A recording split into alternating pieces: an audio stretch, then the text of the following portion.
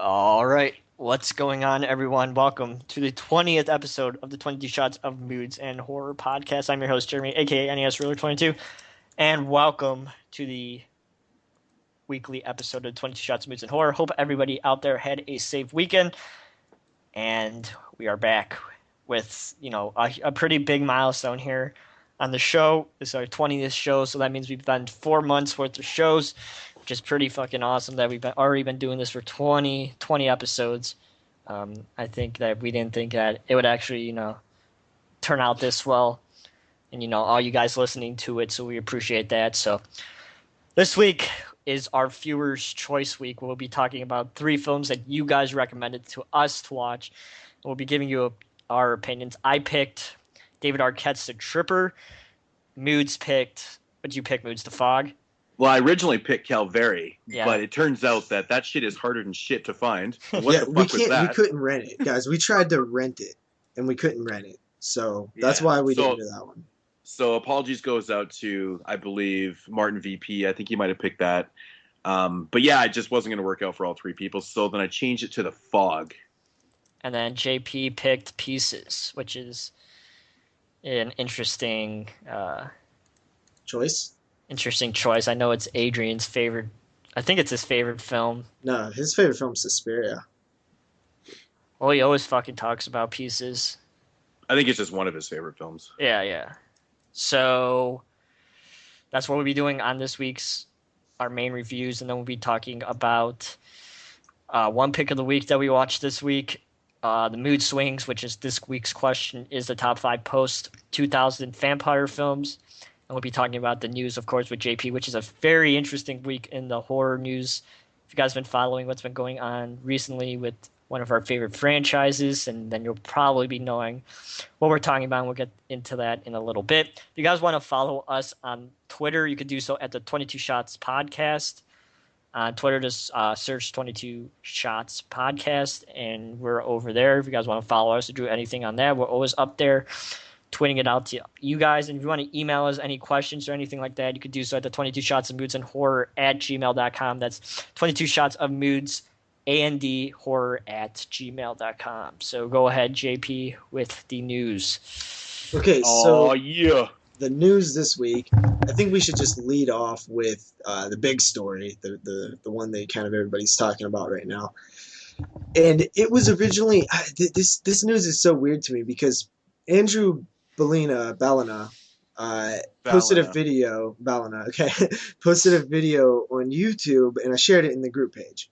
Basically, he somehow found out through, I believe, like Blu-ray forums, like the Blu-ray.com forums or something, that there was links posted on Amazon for the Halloween Deluxe 15-disc edition and the 10-disc edition. So I was like, bullshit. There's no way this is happening. Too many people own the rights. Echo Bridge has the exclusive rights. And then it said the producer's cut, and I was like, even more bullshit. So afterwards, I tried to contact Anchor Bay through phone, but their offices were closed. You were actually going to fucking call? Look at you. Yeah, because I needed to know. You're doing some research here. Yeah, like they're going to be like, dude. So they're going to be like, oh yeah, we're totally going to release information Yeah, first. They probably would have been like, who the fuck are you? And I'd be like, I'm some Mexican. I'm some Mexican who lives in Pennsylvania. But I actually did find their number. It's not located on their website, actually. Ooh, but look at you, detective. I called them up, and it was like, thank you for calling Anchor Bay, located in Beverly Hills or something. And it was like, our offices are closed on, during the weekend or whatever. It's like, fuck. So But dude, then seriously, mad props for trying to phone them, though. Yeah, thanks. Be like, yeah, we're totally gonna break this news to some some Mexican in Pennsylvania who's on a horror podcast. I'm totally gonna break it to him. But honestly, how heartbreaking was it to find out that their office was closed? I would have been like, shit. Honestly, I was kind of relieved because I was like, I was relieved though, because I was like, shit, dude, I was kind of nervous calling them. Because I didn't know what I was going to say. I just was like, I'm going to wing it. Anyway, I did some more looking into it, and I did find out a few different things. First of all, I checked out their Twitter page, Anchor Bay's Twitter page, and it did say we have big news coming this Monday. So that right there, I was kind of like, wait a minute, like this is kind of too much to be a coincidence. And then, the Amazon links were legit. I did see them before they were pulled down. Then I found out a little bit more that a couple months ago, I believe 2 months ago, on Echo Bridge's website, they discontinued all of their Halloween and Hellraiser, Dimension, all the stuff that was by Dimension and Miramax Films. It was all discontinued. And then it was, by the time I looked, it was actually all removed. So it was no longer, all that stuff was not available on Echo Bridge's website anymore. Then I looked when the original deal happened. Man, look the at you. original deal Research. happened in May of 2011. So 3 years, which would make sense, like a 3-year deal. It ended. So I was like, this is way too much to be just a coincidence. And sure enough, on Monday, they announced it earlier than they said they was. If you looked on Anchor Bay's thing, they said they was going to announce it at like 12 Pacific Standard Time, and it was announced way before that. You son of a bitch, you announced it at 12:01. I'm going to sue your ass for fucking lying to me. I'm JP. You have to tell me right on the fucking dot. It was done before. So it was like they were early. I'm just busting your balls. Which was good. So basically, long story short, I guess I can't do that now since I already told the whole story. But the thing that blew my mind was that Scream Factory was involved, because that came out of nowhere. Nobody was expecting that, right? I mean, no way. You just thought it was Anchor Bay. Mm-hmm.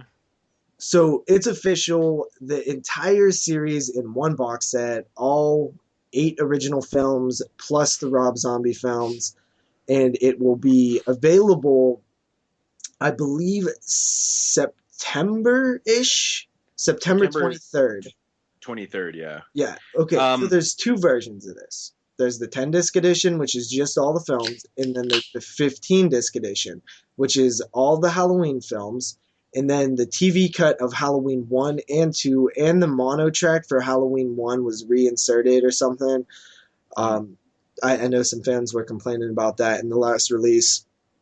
And then it also has the big thing is the producer's cut of Halloween 6.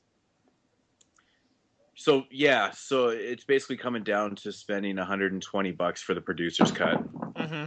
Well, no, I disagree, dude. If they're new transfers, it'll be worth it. But if they're just using like the Echo Bridge transfers, they're definitely not going to use the Echo Bridge transfers. There's no way they're going to do that. I think that they're going to be doing some new transfers and stuff. But I mean, no matter how you look at it, I mean, 90% of us horror fans, we already own all the movies.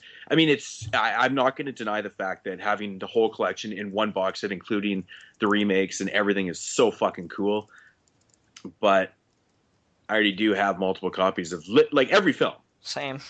You know, like I don't. I always said, it's stupid to do that. It's stupid to buy all these copies when you know there's going to be a better release soon. That's why I didn't buy, that's why I'm not buying certain releases of of films like Evil Dead. Like, I'm not going to go buy every single release that comes out. Like, I'll wait till the one that I want. I'm not doing that either, but I'm just saying, like, Anchor Bay, released Halloween 4 in tins. So, of course, I have those and stuff. And the Scream Factory with 2 and 3, you got those. And I've got, like, 12 editions of Halloween. Like, how many? Like, I'm just saying. But, I'm personally really stoked for the box set, just to have the whole collection in one. I think it's a pretty cool idea. But what I find even more intriguing about the whole thing is that, if Scream Factory and Anchor Bay are going to start working together. Well, we don't know that officially if this is going to be continued.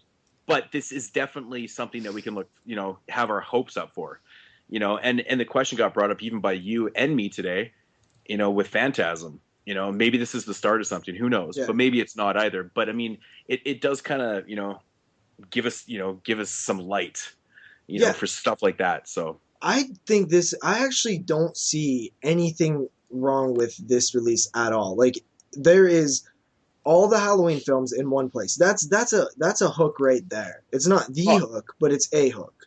I didn't mean to come off sounding like a negative Nancy there. Okay. But I'm truly and honestly stoked as fuck. But I'm not gonna lie. I was a little confused today when I read that the pre-orders limited to 500 exclusive to the Scream Factory. I think a lot of people only going to be shipping to the States, which is a bummer though too. Why you have me? Well, I mean, for some people that don't have these connections and stuff, automatically just cannot get that. You know, if they want that limited cover poster. Well, once it hits Amazon, though, people can just order from Amazon US. It already is on Amazon. Yeah, but it's not going to have that special poster and all that stuff. I mean, for the real but, I mean fans, some people are going that to miss special out. poster is only limited to 500 people anyway, so fans are already missing out. Yeah, I know, but I'm just saying for somebody like Andrew that is going to buy this set and probably would go after that exclusive set too, because Halloween is not only his favorite film, his favorite franchise. I mean, he was the first person to post this on YouTube. Yeah, he obviously knows what's going on. So I can't imagine how disappointed he is that if he doesn't have a connection in the US, to get it for him and send it to him. That's kind of the shit. So I was really disappointed when I heard that. I mean, there was already people making videos today about, specific Canadians were like, well, I want to pre-order. I want that poster, but we can't. Yeah. I'm not even really. Yeah, I mean, fortunately, like I said, me and that other person, we have connections and stuff, but fuck it, I'm just going to get it off Amazon, man. Yeah, I really don't have like a huge need for that poster, to be honest. Like, I want the set. That's all I really care about. I like the idea. Like, this is the reason I'm so pumped for this set is it's everything. It's everything in one place. This will be the most complete edition out there. You have all the films, you have all the different cuts of the films, you have them all on Blu-ray. Not to mention I believe there's a whole disc full of special features. There's a 40-page booklet. There's each film is in its own separate case, a black Blu-ray case with new artwork on the outside, and then all the theatrical key arts on each case. Yeah, dude, I almost shit my pants when I heard them say that, or when I read that. I was like, that is the coolest damn thing. And we all got to agree, though, that's one of the downfalls to the Friday the 13th box set. I said that from the beginning. It's like, if you're going to double up the disc, it's kind of a letdown. And, even to make things even more worse, I think the Nightmare on Elm Street is probably the weakest box set, just a little slimline with all in there doubled up and stuff. It was pretty disappointing. But this right here is the fucking topper, man. Like, all in separate cases, all on their separate discs. You can't fucking go wrong with this, man. And not to mention, they're going to hook it up with special features, man. Like, it's Scream Factory. It even said it's going to have new special features. And which was really exciting because the first thing I thought of was I just wanted to see a brand new documentary, maybe like on the whole franchise, like a brand new thing and stuff, Now, I assume that Scream will probably put the discs from their two releases of Halloween. I'm assuming that they're just going to use those, but I could be wrong. Like, they might not, actually, because who knows what kind of deal it is. There's a lot of unanswered questions right now in terms of how it's all going to work. I think Anchor Bay technically is the one releasing it, but it's put together by Scream Factory. Mm-hmm. Mm-hmm. Yeah, I'm still a little unsure exactly what's going on there, but I mean, either way, it doesn't really matter to me. This just sounds absolutely amazing. The whole idea that these two companies can come together and actually strike a deal is just unheard of. That doesn't really happen anymore. That's why we haven't seen so many films and so many releases is because of rights issues. Mm-hmm. Man, I gotta say, man, I am really, really curious to see what the producer's cut of Halloween 6 is going to look like. Yeah, because they're gonna completely restore it because it's gonna be a Blu-ray release. Yeah, I mean, I've heard that it's it's pretty, the bootlegs and stuff are pretty shoddy. So I've actually really heard that there are some really, really good ones out there, though. Is there? Okay, well that's good. And they're gonna use the original negative also, which is not what the I think it's like a print that they copied onto the bootlegs. Mm-hmm. I think Mustafa Akkad does have the original negatives. I remember him talking about that. I think. Okay. That's pretty awesome. So yeah, I mean, this is fantastic for me. $130. Honestly, I was expecting way more. What was the Friday the 13th set? It was like a 90 or something, or it was like 100 and something at first, right? I think it was like 120 or something like that. I ended up paying 75 for mine or something. But that's a really good deal. But okay, 79. So your original price is 120, and there was nothing new. It was just the Blu-ray films. There wasn't no new features. There wasn't no produced. There wasn't no I altered think cut, different I cuts or anything. I think one of the things that was different that Friday 1, 2, and 3 had been released on Blu-ray before. I think these were new transfers. I think that was Yeah. the big thing. So I'm like, oh, okay. So you know damn well that Halloween 6, 7, and 8 are gonna have new transfers. I don't know. They'll probably use one of the transfers from Halloween 1, the second transfer, the 35th anniversary edition or whatever. They'll probably use Yeah. that one, which is a damn good transfer. And then the Scream Factory ones, of course. Now, Halloween 4 and 5, are they going to just use the Anchor Bay transfers? They look like ass, man. Well, yeah, I mean they're not the worst transfers in the world, but they're not I like bad, but they look. yeah, they're pretty average Blu-ray transfers. I hope that they do better transfers on those ones too.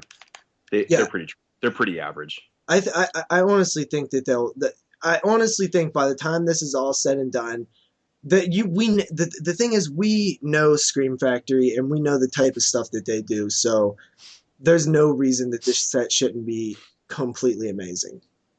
Mm-hmm. In black cases, though, man, damn, it's just so awesome. I don't know why they wouldn't use orange cases. The black, yeah, I mean orange makes sense. I mean, too, okay, so check it out. Black is cool because they're blue, but black is boring on DVD. You know what I mean? Like DVDs, all of them are black, so it's like Well, yeah, I don't know. We'll see. I just can't actually wait to see what it looks like. I'm just really excited also for potential future stuff. What about Hellraiser? What about Children of the Corn? Imagine an entire collection of Children of the Corn. That would be terrible. Anchor Bay doesn't own any of the Hellraisers. Why don't they? Besides the first two. Why don't they?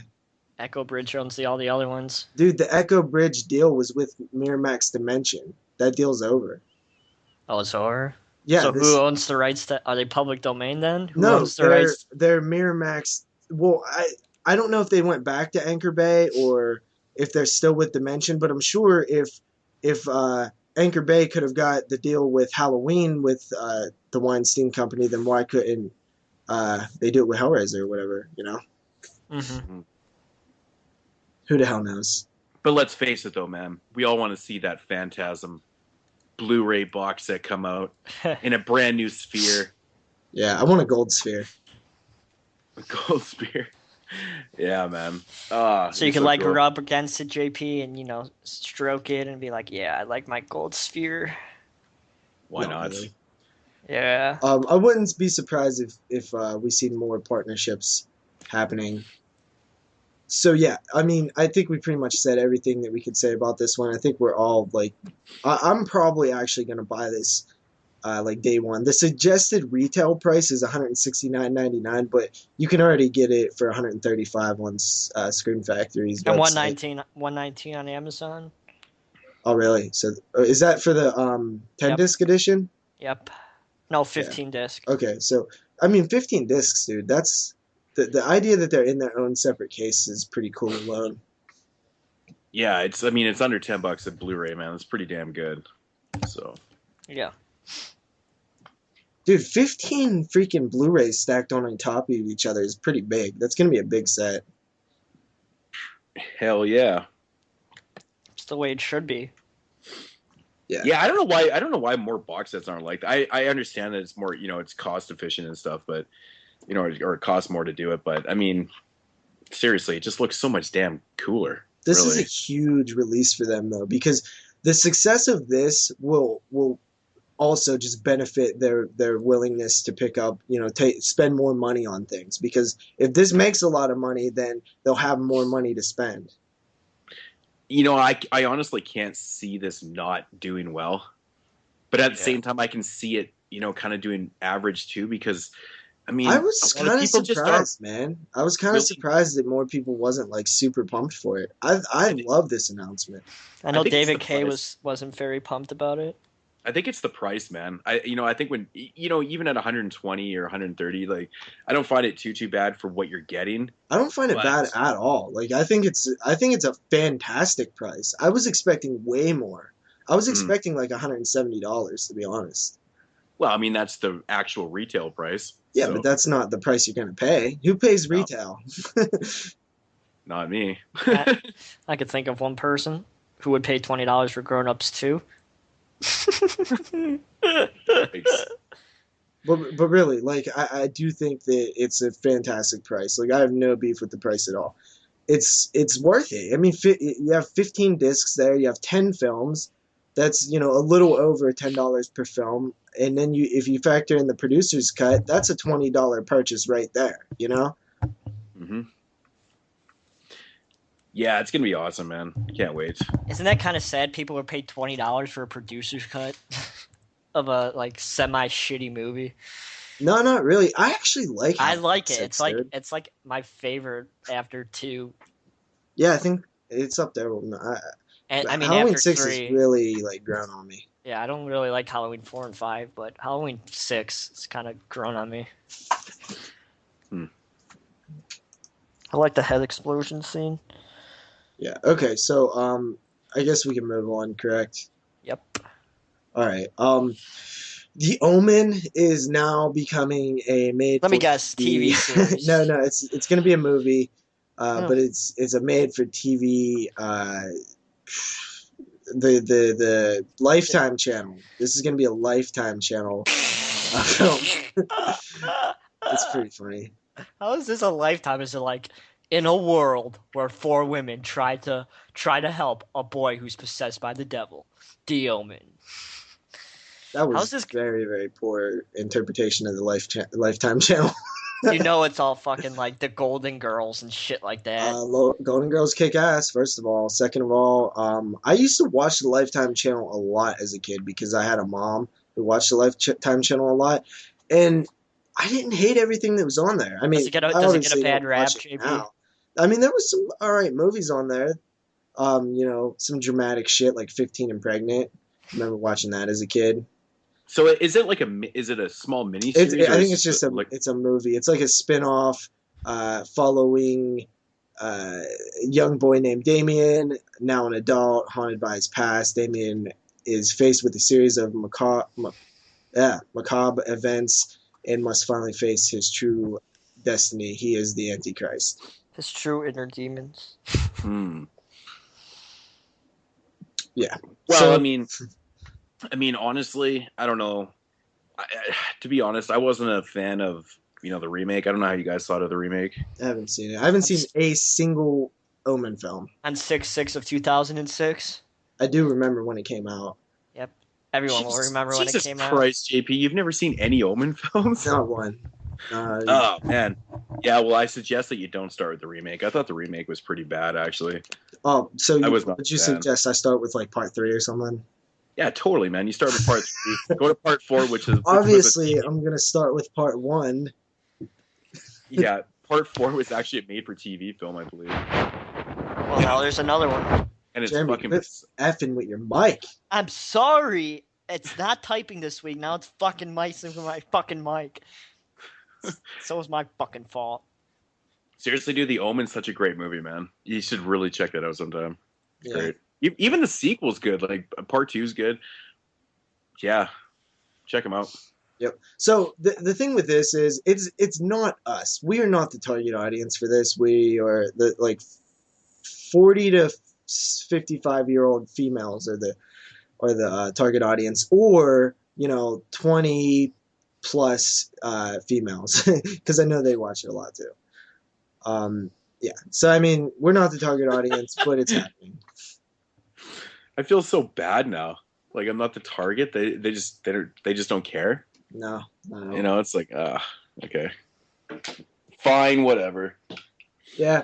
After that, the film Wolfcop, which is screened at the Cannes Film Festival, it had you got fucking Wolfcop. Success. That's awesome. I've been raving about this film for like a year and a half now. When I first saw the old Wolfcop. You've seen it? Dude, no. I've been posting the fucking trailers, the teaser trailers and the trailers like 100 times. This movie's been in production for like 2 fucking years, man. It's a Canadian production. That's why I know about it. When can I get to the news? No, you can't. I'm just saying. I'm so excited that it's actually So excited that you don't even know the news yet. So Whatever. You the said it, actual didn't news is that's not the news though. The news is that a sequel to Wolfcop has been announced. Production starts this fall, simply based on the success of the screenings at Cannes. That's fucking awesome. Yeah.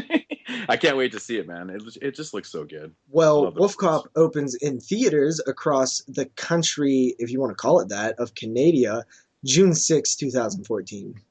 I know. I have it written down. You're really hyped about this, huh? Yeah, dude. I remember the very first teaser trailer that came out like a year and a half ago. I almost shit myself, man. I was like, that thing looks so awesome. So I've been stoked on it. And then I found out it was Canadian, and I was like, even better. So cool. Something to be proud of. All right. Come on, man. I've been stoked on it. I can't believe you have Wolfcop news. I'm amazed. So damn cool. Okay. But a sequel? That's like twice as better. It's that's not literally the only one either. Twice as better. There's another sequel news that comes from Godzilla 2. Godzilla 2 already. After opening with 103 million internationally, the biggest opening of 2014 so far. Made like 95 million in the States. I think like 93 to 95. I think it made 9 million on the Thursday pre-screening. Yeah. So basically, if it wasn't being shown in 3D, it would have made about 9 million. Is this a 3D movie? Yep. Yeah, I mean, most of the showings are, fuck, dude. I was thinking about going to see it, on the weekend, but all the nighttime showings were in 3D, and they only had the 2D showings during the day. I was like, what the fuck, Why man? would we see Godzilla in 3D? I would only see it on IMAX, man. First of all, everyone that I've talked to that's seen it in 3D said that the 3D was terrible, but the movie was good though. I made 93.2 million. Yeah, they said the 3D was pretty poor. See, my issue with when people talk about 3D is every time I hear somebody say that like the 3D sucked, they always say like, yeah, only a couple scenes were in 3D. I don't think they get that the like stuff popping out at you isn't the like full 3D. Like the 3D is just the depth where it looks like you can walk into the scene.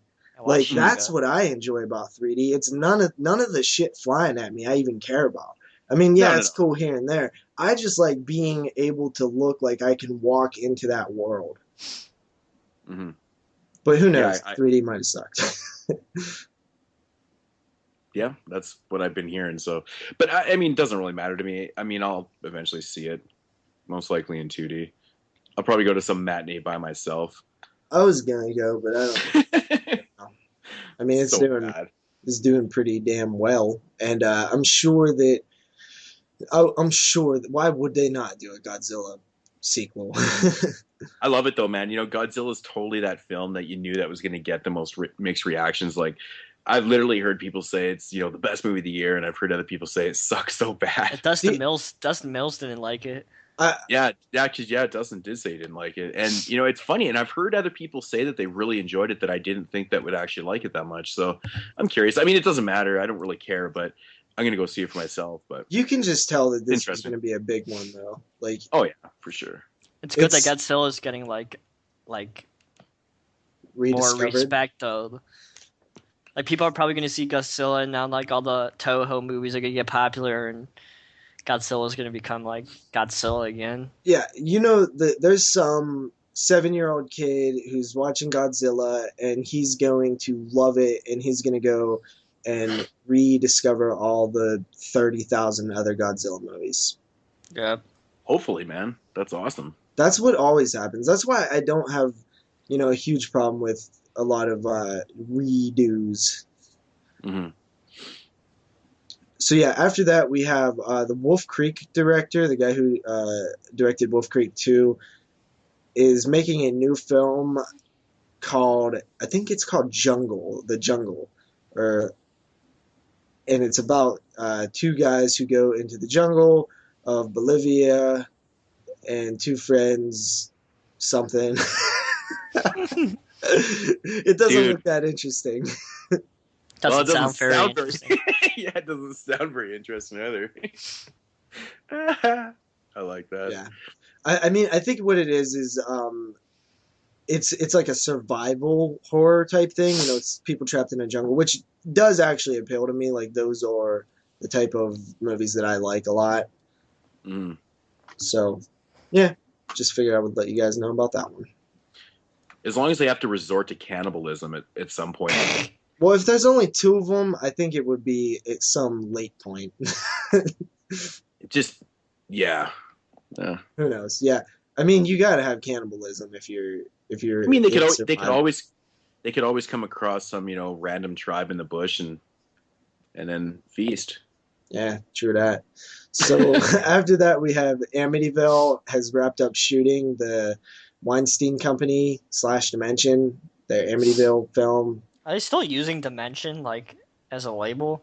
Yeah, Man, I haven't Dimension's seen still Dimension. legit. I haven't I seen think their Dimension last since big production was Scream Scary 4. Movie 5.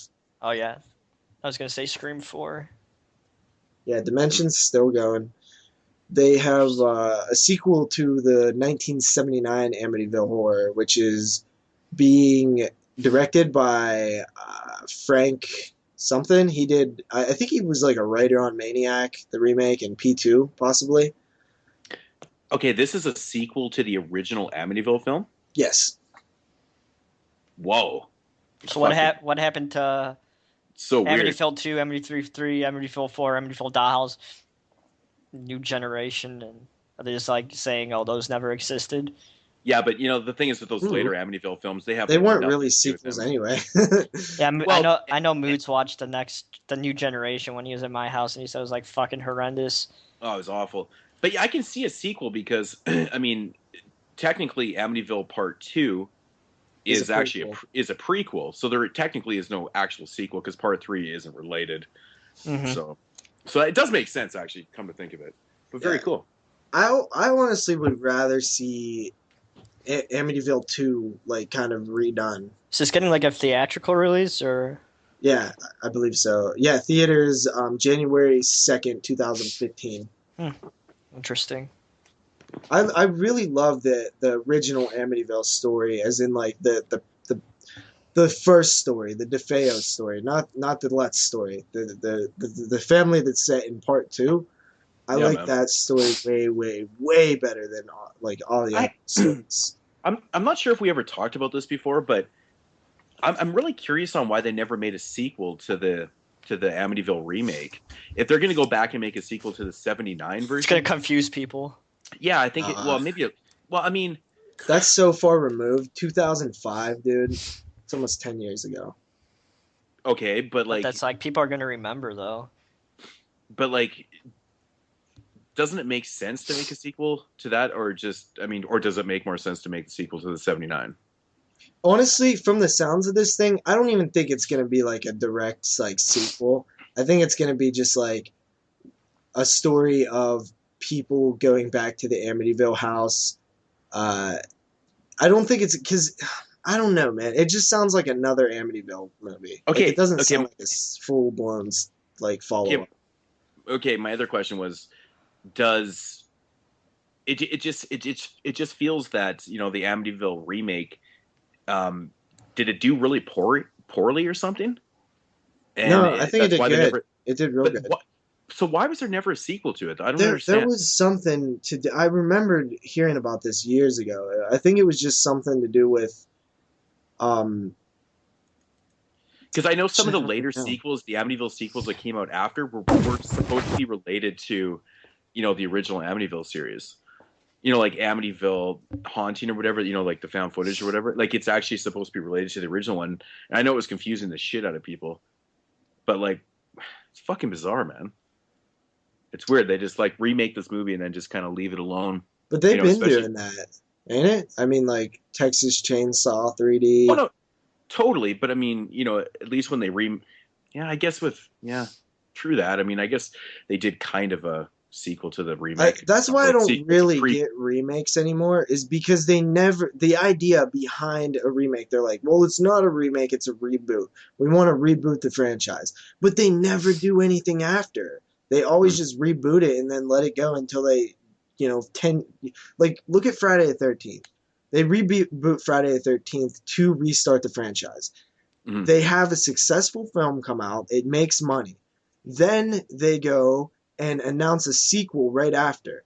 Then they don't do anything for years. And why? Why? Now we're talking like, what do we do next with it? Well, we're gonna have to reboot it again. Let's make it found footage.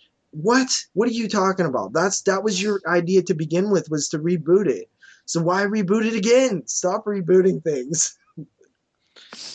Yeah, it just it makes no sense. I totally agree. I don't even know what to think about that. I mean, I don't know. It just seemed like, if Amityville Horror, the remake, did so well, why wouldn't they just jump on a sequel right away? I mean, maybe for fuck's sakes. It didn't do well critically.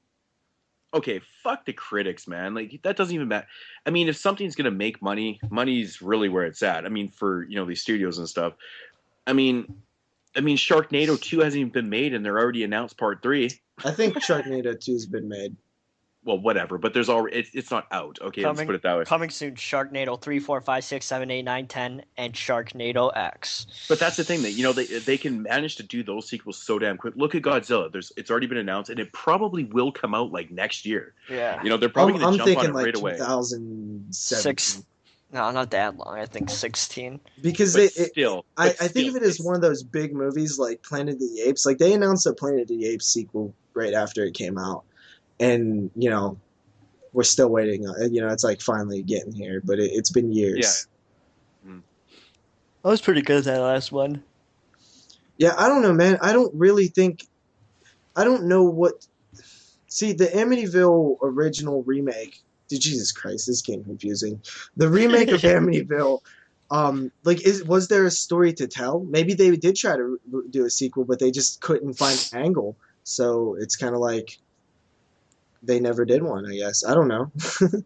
But seriously, with all the damn writers in the world, they could have come up with something. I did know this, though. I heard an interview with a guy who was actually writing a Amityville sequel to the original film, and then the company sold it to I think the company sold it to Dimension, and then it became the Amityville remake.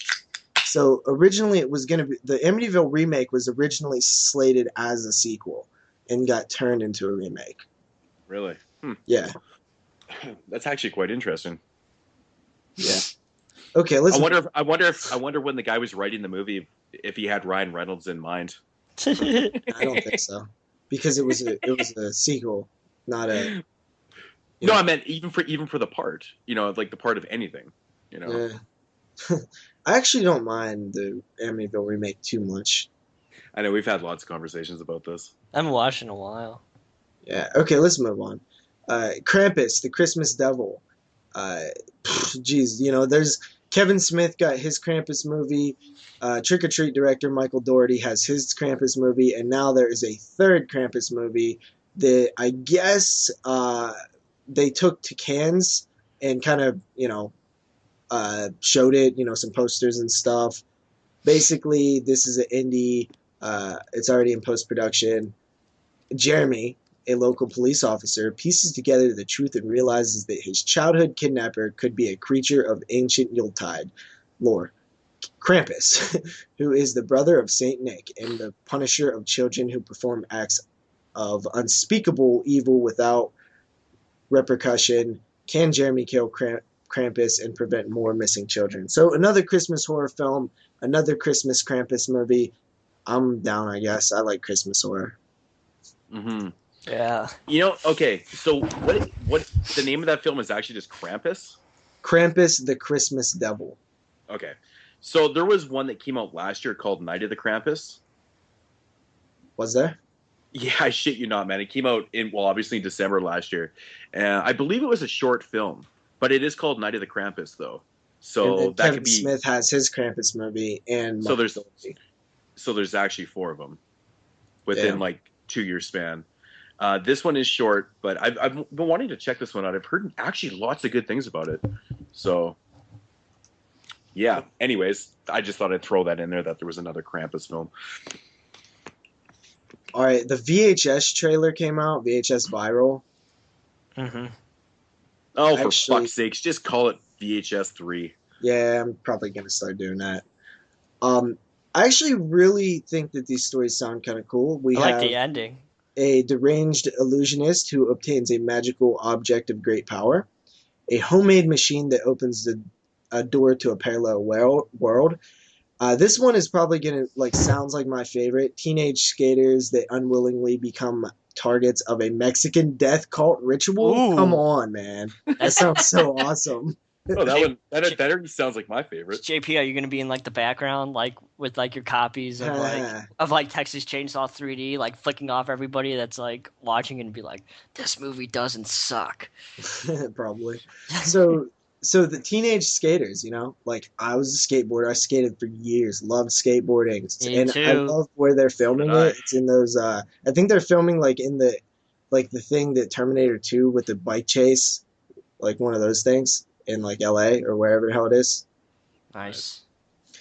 And then another story is Four something about a stories. serial killer. Yeah. The segments are tied together with the goop fame obsessed teens who are in a car chase in LA and unwittingly become the stars of the next internet sensation. So it sounds like they're kind of going away from the like wraparound story of the original VHS, the original two VHSs, and kind of doing their own thing. This, Right. I'm of course excited for. I think they're shitting these out a little bit too fast. Nah, dude, I You love don't it. think you don't think you're gonna get quality over quantity? No, because I just get anytime somebody says that, I just say seek page 332, Friday the 13th, the franchise. I think that them getting away from that original wraparound story is actually a good idea because, Yeah, because that was in my most people's opinion, complaints. but honestly, it was the weakest part, really. Yeah. Of the two. I thought they always First started three. off strong, like they like good concept, bad ending. Yeah, Yeah. The ending doesn't like make any sense, especially in VHS 2. It's just like, well, that was not worth it. yeah. I mean, if it wasn't, with those really two strong, uh, shorts Shorts. at the ends, those. Oh man, I mean, there's. It's so frustrating, man. With all these great anthologies. I mean, just imagine how much better VHS 1 and 2 could be with a really kick-ass wraparound story. Yeah. But that takes I'm, time and effort. I know, but like some new anthologies, man, just kind of fucking drive me fucking nuts, man. Like, you know, especially the anthology films that don't even have a wraparound story. It's just like, hey, we got these shorts, we're just gonna put them together, we're gonna call them an anthology, and Well, then put it out. does Chilling Visions have a wraparound story? You mean like Creepshow? Well, Chilling Visions, I believe, is it doesn't Doesn't really, no, it but doesn't. but at least what they did with Chilling It's a Village, wraparound concept. yeah, everything kind of starts to kind of come Yeah, together in yeah, itself, which I think is a cool concept in itself. yeah. Because like you see like recurring themes that you saw in the second short and the fifth Yeah. short. See, I think that's kind of the new, like almost like a new wave of doing an anthology film, really. Just kind of intertwining everything, and I think that's really kind of cool. But there is nothing cooler than having like a really awesome wraparound story for an anthology film. Mm-hmm. See, I I think don't think they're pumping out these VHS films too fast because I haven't seen a bad one yet. If I see a bad one, then maybe Well, they it's only two. exactly. So right now I'm cool. Let's bring it on. Let's do another VHS. Let's do another one right after it. I like these. They're fun. I think we all get a little skeptical sometimes when things start coming out so fast. But I mean, when VHS 2 got announced, I was like, yeah, It it's came pretty out fast after so fast. 1 year it later. did. Yeah, and I was like, you know what? Okay. But then it turned out that I actually enjoyed VHS 2 more. I Yeah. nothing to Yeah. take away for the first one. I really liked the first one, but I really, really, really fucking enjoyed the second one. And I was like, wow, they put it out in a year and they did a really damn good job with it. See. So Also, I will also say that this is a bit different, Jeremy, because when you have a regular sequel, you're dealing with the same concept, same characters, things transitioning. You need to flesh out a more complete story, but you're just doing short films. There's plenty of short scripts out there. Mm-hmm. Let's put them in VHS 2 or VHS 3. Let's give new directors a chance to direct them, and then let's create a wraparound story. Have So you can have they just kind of announced it? pump these out. Like, yeah, they have announced the directors. I Mhm. believe we talked about them on the last show. I don't have them written down this show. All right. yeah. So yeah, I think- VHS 3, pretty damn cool. Mm-hmm. Ah, nice. After that, we HS3. have Firestarter. So TNT, the cable channel TNT, which actually used to be one of my all-time favorite channels back in the day when they had Monster Vision. There was so much good content on TNT. There was like, I believe, like WCW was on TNT. Yep, WCW was on. They had awesome, nights of with the Road Warrior and Mad Max and Monster Vision. It was a great channel. And then they changed their logo to like We Know Drama or something. So like they started going. They was trying to reach a different demographic. from like all the weird wrestling and horror fans to like 50-year-old women. Yeah, it was like Law and Order was like their dude, their shit. Such a bad fucking. Oh, it's so bad. Yeah, what was it again? We Know Drama. We Know Drama? Oh, Yeah. It just sounds terrible. Well, okay. The new tagline is TNT. Wait. The new tagline is TNT Drama. Boom. That's legit, dude. That's so fucking bad. Like it's so fucking bad. Yeah. It's so bad. But it seems like they. I'm actually crying. It's so bad. It seems like what they did was they're trying to like kind of reinvent the channel a bit more. I have no faith in this channel. I mean, I literally have not watched TNT besides like maybe some basketball or something in the playoffs in like years, because I stopped watching when Monster Vision went away. Actually, I lied. I actually showed up for Monster Vision like 8 weeks in a row, like waiting for it, because they never really officially. They never was like, "Hey, we're not doing Monster Vision anymore." It just ended. So every week I turned it back on. I was like, "Where the fuck's Monster Vision?" Why you have to look at the TV guide? It's so disappointing, man. Yeah. You know when like your favorite show goes off a network or something like that, you're like, Could you not afford the TV guide, JP? I remember back in I think it was like 2001 or something when Monster Vision ended. I think the last episode ever was like Children of the Corn 2. What a great way to go out. Yeah. Totally. I bet you Joe Bob fucking ripped that movie. I forget. Joe Bob would never really like rip stuff. Well, he would rip TNT for censoring. Yeah, shit. Which was awesome. It was like kind of like no boobs. It was like a shame on you, behind TNT. the curtain. No boobs, shame on you, TNT. I loved Monster Vision. It was like I love Joe Bob Briggs, man. Bob Briggs is the best. I've been saying they need to get Joe Bob another show on fucking the El Rey network. Just give him a show, like a Monster Vision type thing. I would actually watch that. That's such a good idea, man. Yeah, I think that would really work, man. Like, where has he been? Is like anybody know? He still goes to conventions and stuff. I believe. Must be a fucking old man.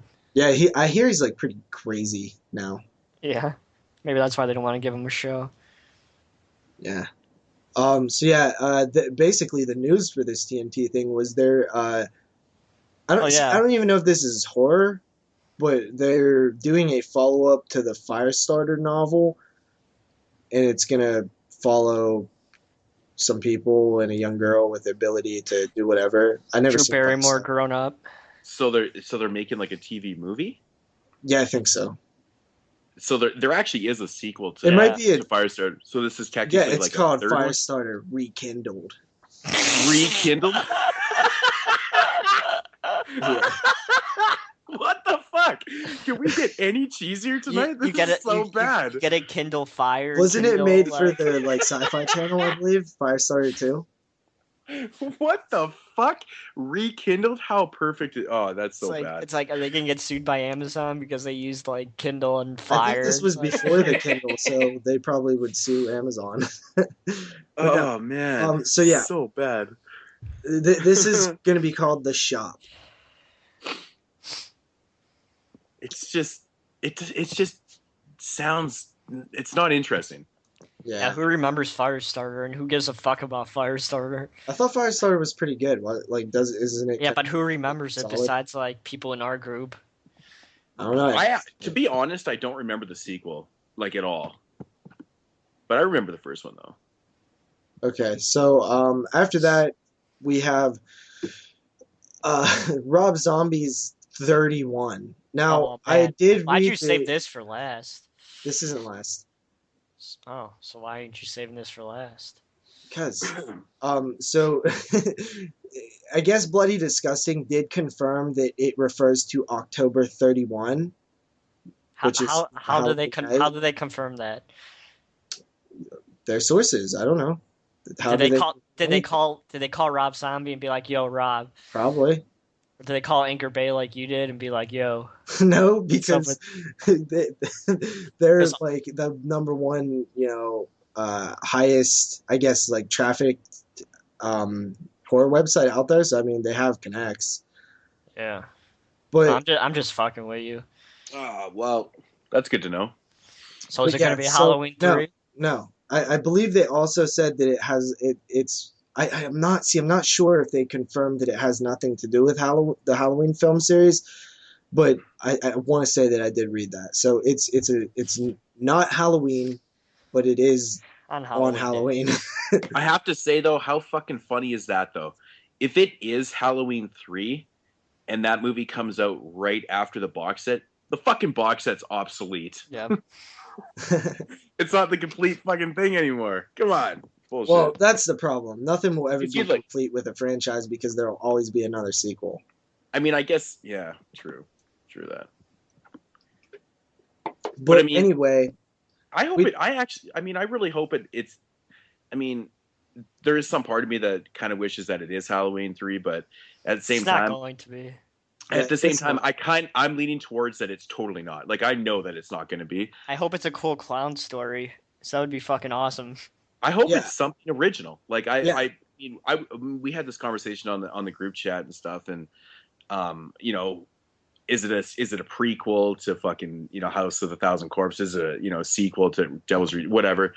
But I got really thinking about it after, and I was like, fuck it, I just want to see something totally original again. Yeah, like the Lords of Salem, that was pretty original. It's like, let's see something like that. Well, we'll see. It was, yeah, exactly. And I think if Rob Zombie would do maybe a clown horror film, an original concept.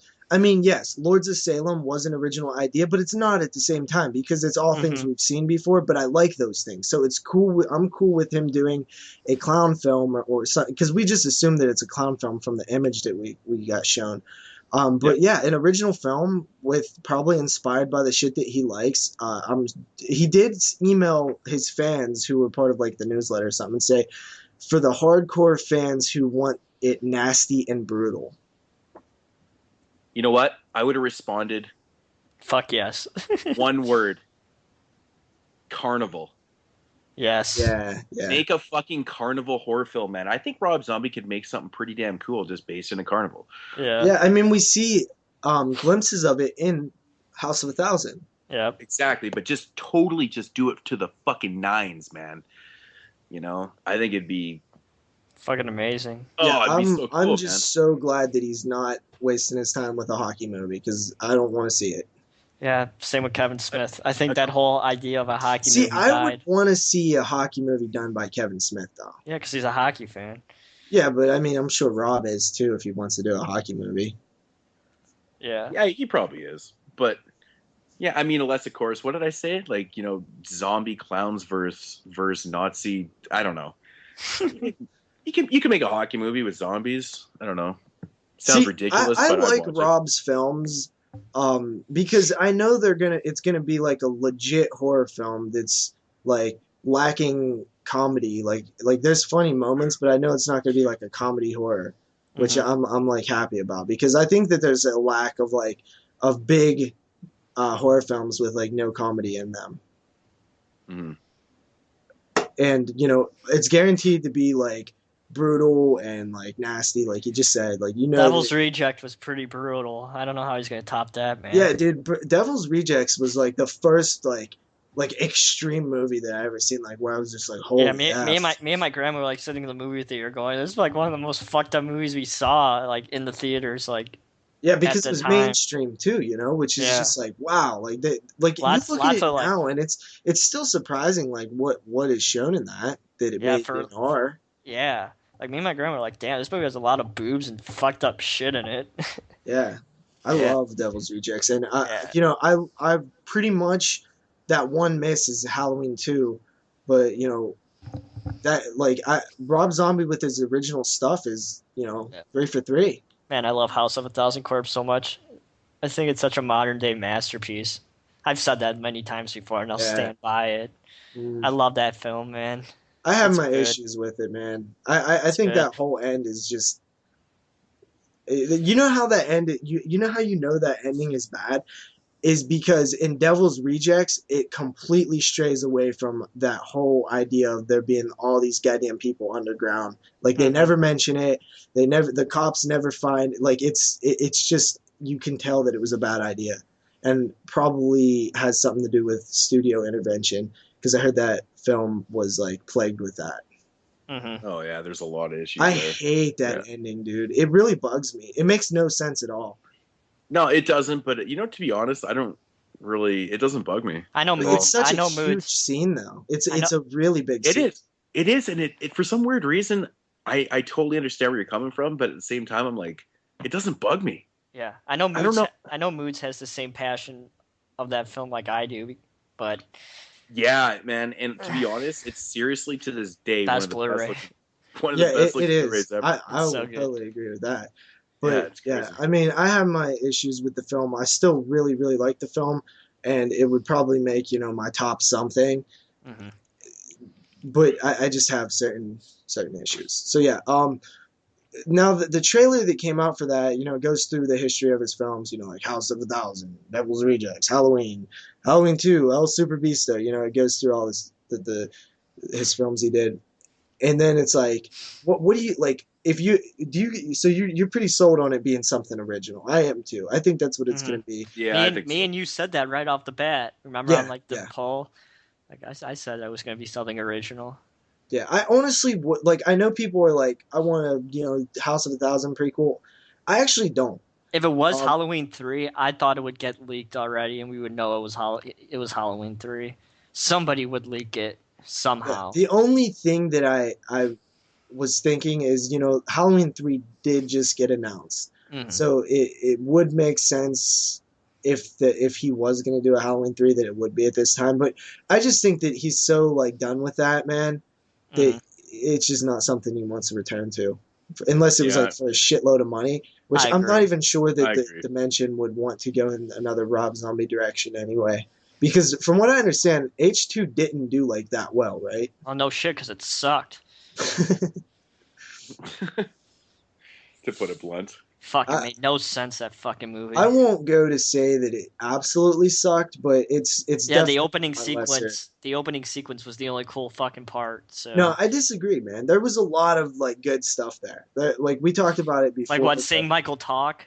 No, yeah, that's really I love the angle of like, let's follow the final girl and see what happens to her after the night.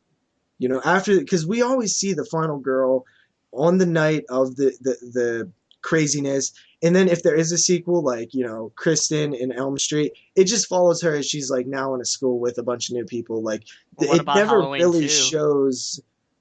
Well, that's the same night. Yeah, because she turns into this crazy fucking angry bitch because she's all fucked up from the events of the first film. Yeah, like and that's that's the thing I like, because it's more realistic look at what mental toll that takes on somebody. And I really, really like that. Well, even Malcolm McDowell's character, you know. Yeah, and it kind of takes everybody. It shows what, even Sheriff Brackett, any Brackett, all of them. It kind of, what happens to these people, the different people, when the, you know, after a long period of time. Even Michael, to a certain extent. Like, it makes sense. Like, honestly, he probably would be out in the field walking around with a hoodie on. Like, that's kind of what I would think. I think people just don't want to see it. They don't want to know. But I actually kind of did want to know. I don't mind a lot of that stuff. Like it's I said just before, that the movie has many, many problems. Michael without a mask kind of bothers me. Like, seeing his face, like, yeah, even though you see it a little bit in Halloween 1, but it's not like a light like right on his face, and you gotta like see him like I don't picture Michael looking like that. Well, that's the thing, is you can never picture what Michael looks like. So anything that you see is instantly going to be less of what it's going to be lesser than what you thought. Well, it's just going to be like a disappointment, right? Yeah. You know, because, I think one of the main issues that people have with the film is obviously like the whole white horse angle Mm-hmm. and that whole thing Which and is- stuff. And which a lot is of people my were main tripping issue, balls. too. Yeah, a lot of people trip balls. It was just another way for Rob Zombie to put his wife into the film. I mean, I think that, like, I actually did a lot of research, like, on the White Horse and like the meaning of it and stuff, and kind of watched the film over and over again. I was really, really looking into this because I really wanted to, kind of try to figure out his vision is for real. And I don't think that he wrote the film, okay, yeah, I'm gonna fucking create this White Horse issue just to throw my wife into the film. I don't think that's how it went down at all. I think but it is I think it's the prime example of where the case came from. It's why these people have a case for it. The people that say, oh, he just puts his stupid wife in everything because this and that, like that, because she's in Halloween 2 when she was dead is the reason they say that. Mm-hmm. It's but I am with you where I don't think that it was written that way specifically for his wife. Yeah. Like when I first saw Halloween 2 in theaters, I almost walked out. I was on the brink of it. Like Really? Like I never would think that. But wait, like, even watching it now. Let me finish. Okay. I've watched it 3 or 4 times since then on Blu-ray. I definitely, my opinion definitely changed on the film. I don't think it was as bad as what I saw it the first time I saw it in theaters. But that white horse thing, I just can't look past it for some reason. The thing is, it's not what that's my main anybody complaint with wanted, the film. and that's the issue. Nobody wanted any of that. So It's it's like they go in and they just don't care. Even if it is say it wasn't Halloween and it was a completely different movie, some of that shit might have worked. But because it's Halloween, you don't want it. It's like I don't even want to think about white horses and shit. Nobody wants it. And I can see traces of Lords of Salem in Halloween 2. I think Lords of Salem is the movie that Rob wanted to make when he was making Halloween 2. That's so interesting. I never thought about it like that. Yeah, I kind of agree with that actually a little bit too. Mm-hmm. It feels like he doesn't even want to make Halloween 2. Like he wants to do he's like reaching to do something different, and it's affecting. So why did he make Halloween 2 then? He might have been contractually obligated, or he just got a shit ton of money. Mm-hmm. I don't know if he would do it for the money. I don't think he's that kind of person, but I don't know that. Like, I think he's like Kevin Smith. I don't think Kevin Smith would do something for the money. I don't really get the mentality behind that. Like, maybe if it's something you didn't want to do altogether, but I mean, it's not like it's the worst thing in the world. It's like, all right, I really don't want to do Halloween 2, but if you give me a bunch of money, I'll do it. Like, I kind of don't really want to. Well, I remember Rob Zombie originally turning down Halloween 2, and because I don't think they wanted him to like have his own vision on the fucking film. And then they actually came to agreement where, okay, they're going to let him do his own thing, and then that's why he actually agreed to do it. So, and this is what he came up with. So the product of the film is actually his own vision. I don't think it has anything to do with anybody else. And like I said before, I'm not going to get into the whole white horse thing because we'll sit here for fucking 3 hours talking about this. But I really like kind of studied it and stuff, and I picked out things every time I watched the film, and I understand what he was doing with it. But like you said before, it's probably something you don't want to see visually. That whole angle doesn't seem. I mean, for somebody that it just doesn't belong. Like for like the mainstream. But it's really deep. It's actually quite deep what he was getting into, and I think believe it's almost. It is. I think it's too much for the film, and this is where it comes back to him making Lords of Salem because he's trying to do something kind of different. Kind of different, and he went really almost too deep, and I think it almost confused people. I think a lot of people completely don't understand what they're seeing on. Well, yeah, it did because film. It doesn't belong in that film. It's gonna confuse people because they're immediately when they're seeing it, they're resistant to it. They don't want to see it, so they don't even want to try to figure out what's going on because they don't want it. I mean, that sucks because maybe I'm like in the small minority that, when I first watched the movie in the theater, I was a little confused too. So that's why I really wanted to look into it and kind of figure out what the hell exactly what I just watched and stuff. And then when it came out, I watched it a bunch more times, and it makes a lot more sense. But I don't think there's a lot of people out there willing to do that and kind of figure it out and stuff. And I think with a film like Halloween, I don't think you should have to either. to really take the time to research a film and figure out what the fuck what just happened. I mean, Halloween is a slasher film. I mean, it almost plays out like it's so psychological in the film, and you're just like, what? Well, Like, here's the thing. A lot of people say that Rob Zombie's pretentious. And I can see a case for it in Halloween 2 because you're taking something that people know and you're twisting it too much, man. You're just forcing your ideas on the people. I think people calling Rob Zombie pretentious is the result of Halloween 2. I don't think it was because I don't think people called him that before Halloween came out. I think that's the reason why. Yeah, Halloween 2? Yeah, that's the reason why they do it. Because he's forcing stuff that people don't want. He's forcing his ideas into something that's sacred. But there's so many but I mean, he wasn't doing it before. Like, he just tried something different. I don't think that's really and I don't think it's a fair thing to say either. I don't think it is at all. I think he just tried something that possibly didn't really work that well. It's a mistake. It's a blip in his career. It's a big mistake, man. It is, okay? But the thing is, I've gotten past it. Like, when Lords of Salem got announced, I was so fucking stoked. Even though, I put Halloween 2 behind me, and I was like, you know what? I understand where he was coming from this, because like I said, and fuck it. I'm going to go into this film with no, I'm just going to go in with an open mind, and I loved it. And that was the thing. Well, that's another thing, though, is I don't like Halloween 2, but I love it's purely on a script base, dude. Rob Zombie is a great filmmaker, and I never went out of Halloween 2 thinking like, oh man, Rob Zombie sucks now. He's never gonna do good again. I just was like, yeah, that was a huge misstep. But the things that I love about Rob Zombie are still in there, and they're still awesome. It's just that the script and the idea for the film was just not right.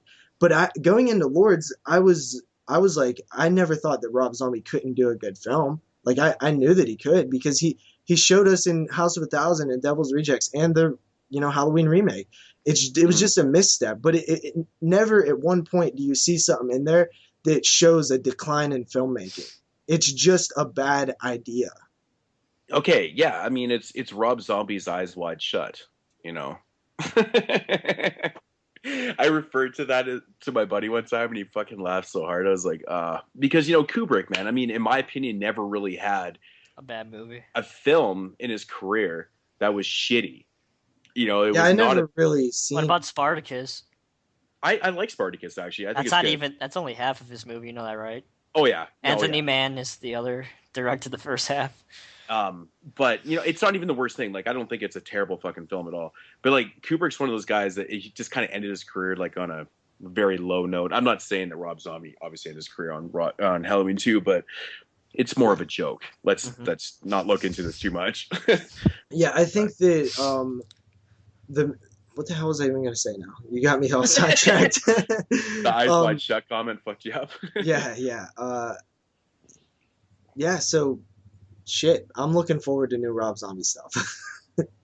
I mean, that's really what it all comes down to. Like I said, it's more than we thought we were going to get. We didn't even think we were going to get another Rob Zombie film. So yeah, well, remember we talked about the backstory to this. He was trying to find funding for his non-horror stuff, and he was sitting there, and he said, "Oh, I got an idea," and he thought of something, and it was like an idea, and he pitched it to somebody and got funding right then and there.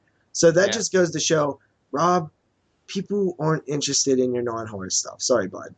But but I think it was just one of those moments in his life where he was kind of pissed off and just maybe kind of trying to go against the whole grain because because he was having a rough time with the critics, and I don't know why he made a fucking awesome movie. I think it was really affecting him mentally and stuff, and I don't honestly think he was ever going to go through with that. To be honest, I think time would have prevailed, and I think he would have gotten over it, and then obviously it worked. Well, let's be honest here. I mean, Lords of Salem wasn't like a huge success or anything. We like it, and because we always talk about it in such a positive light, sometimes we forget that it actually got very mixed reviews. There was a lot of people who didn't like it. So we talk about it and look at it like it's a great film, but critically wise, there's a lot of people who didn't like it. Mm-hmm. Well, of course, but it's a fucking horror movie. I completely understand why people don't like this.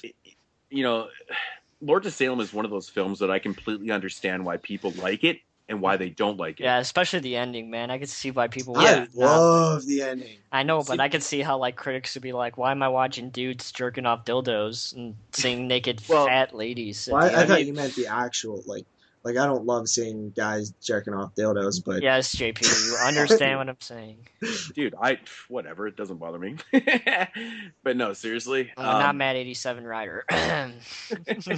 no, no. So yeah, when me and the wife were doing a Rob Zombie day, we watched all the films, and fuck the end of Lords of Salem. She looks at me and she goes, "I don't know, what?" She was so fucking confused. But that moment with that, like the way she reacted at the end of the film, and I was like, you know what? I think this might be like the sole reason why people kind of dislike this film is because it is pretty damn confusing. Yeah. really, Right? And the ending's confusing. I think some people kind of get lost in Yeah. translation and what's going on there. And maybe they get lost in the visuals because I think the movie's so visual that you kind of sometimes forget exactly what. Especially You know, the The ending. what is ending's a going on. downer, right? Like the ending's it's a downer. Yeah, but I mean, we're not gonna give it away. Yeah. Here. Yeah, I know, but like I was just making sure, like that's the ending, right? Like Yeah. I'm trying to remember back. It is why but I'm not remembering it being hard to follow, but I can't I really don't know. remember it.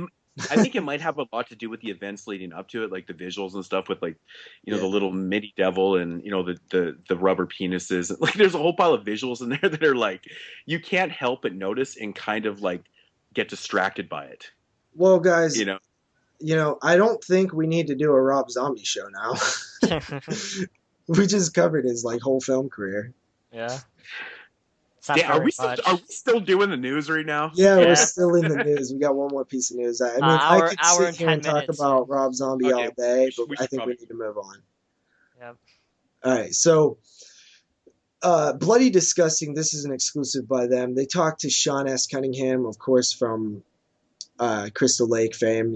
Jason created Friday the 13th and, House and shit. I've always never really liked Sean Cunningham. Like, he seems like the definition of, like, the producer. Like, he just is producing and he doesn't care about the art. Mm-hmm.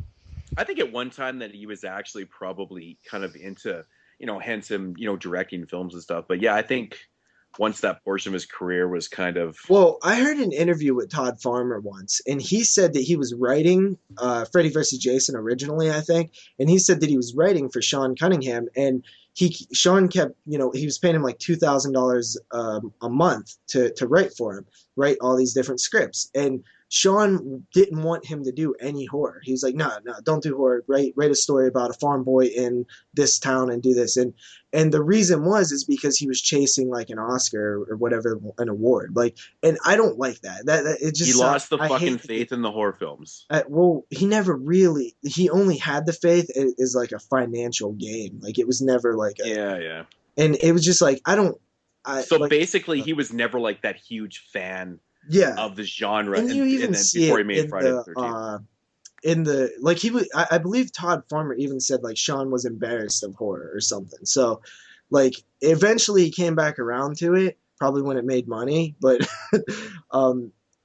Sean Cunningham, even in the Crystal Lake documentaries, I remember seeing him like, get that damn hockey mask off him, I hate that thing or something. Like it was just like kind of, he doesn't get it. You can tell he never really got the horror thing.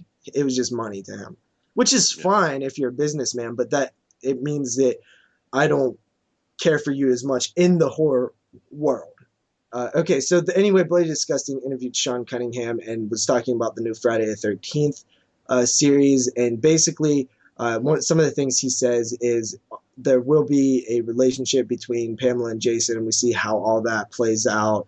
It'll be set in like present time with flashbacks to like Pamela and the family and Jason and stuff, and it won't be set because it actually when you kind of think about this, it's funny. Like it won't be set specifically on Friday the 13th, and it's like obviously, but it's kind of funny considering it's like the whole name of Friday the 13th completely got away from that. Yeah, like when did they ever take place on Friday the 13th? In like one of them.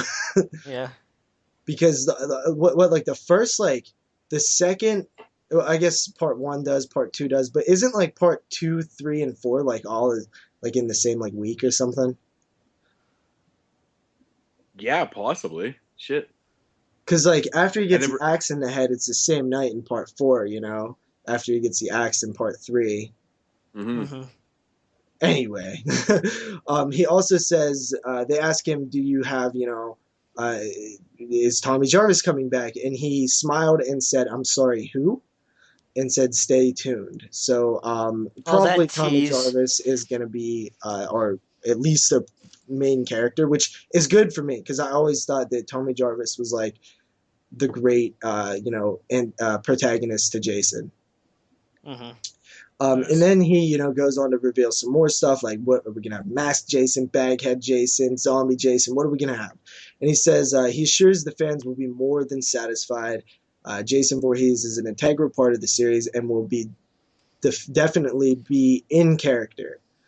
He, then goes on to say, we got to figure out how the passage of time works. How does Jason age? Does Jason age? So it's a lot of like technical stuff that they're working out. Like how are they going to, show us Jason? Like what Jason is he going to be? Is there going to be Baghead Jason too? Which I like where their head is so far. It seems like they're weighing out all these options and they're going to figure out like what works best for this. He also says, it's possible we can meet Jason's father because he says questions about Jason's father and other characters have yet been and other characters that have yet been introduced represent both an opportunity and a challenge for the writers. He also goes to say that there have been rumors floating around that Pamela had a virgin birth, and that's just wrong. So sounds like there's going to be a father. What is she, fucking the Bloody Mary? Virgin Mary. Virgin Mary, not the Bloody Mary. The Bloody Mary. Wow. Shows you how Jewish I am. They also mentioned the he also mentioned the like gore factor, like the blood, will the show be bloody and stuff. And he says pushing the envelope has always been a part of the Friday the 13th legacy, and I don't expect that to change. It's a great time for us. We're at a place where we can actually do a series which satisfies fans' expectations, and more importantly, will allow us to tell stories which can attract an even wider audience. He goes on to say stuff about sex and violence and language and stuff exist on television networks now. With Hannibal, American Horror Story, Fargo, True Detective, True Blood, Walking Dead, the list goes on and on. I 100% agree. Hold up, do you really think he's going to say, oh yeah, this is going to be a giant pile of shit? No, obviously he's saying all the things that he needs to be saying. I mean... Yeah, well, how do you know he's actually telling the truth? What could he not be telling the truth about? Like, I bet you people said about Jason X, and like, oh, this was... I bet you people would say, like the people who made Jason X said the same exact thing about it when it was getting. Christ's sake! Now who the fuck is the naked Nancy here? Saying what? Like what specifically?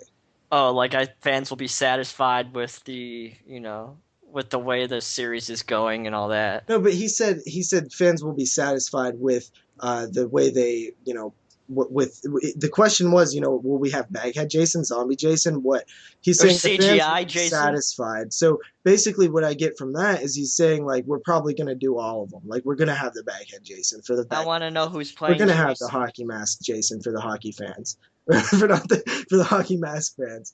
So I mean, that's what I got out of it. Is he's saying like, yeah, it'll all be there. We're going to make the fans happy by showing everybody's favorite shit. I want to know who's playing Jason. Yeah, I mean, there's probably going to be multiple Jasons considering. Bring Kane back, you motherfuckers. Yeah, no. But, no, I totally understand what you're saying. He's obviously a salesman. Sean, and we stated that at the beginning when I talked about, like, my beef with Sean Cunningham a little bit. Mm-hmm. So, yeah, he's definitely selling it to us. But in my opinion, he's saying all the right things that I want in this. He's saying, we're going to push the envelope when it comes to blood and gore and sex and violence. We're going to, make sure that everybody's happy with the Baghead Jason and the hockey mask Jason.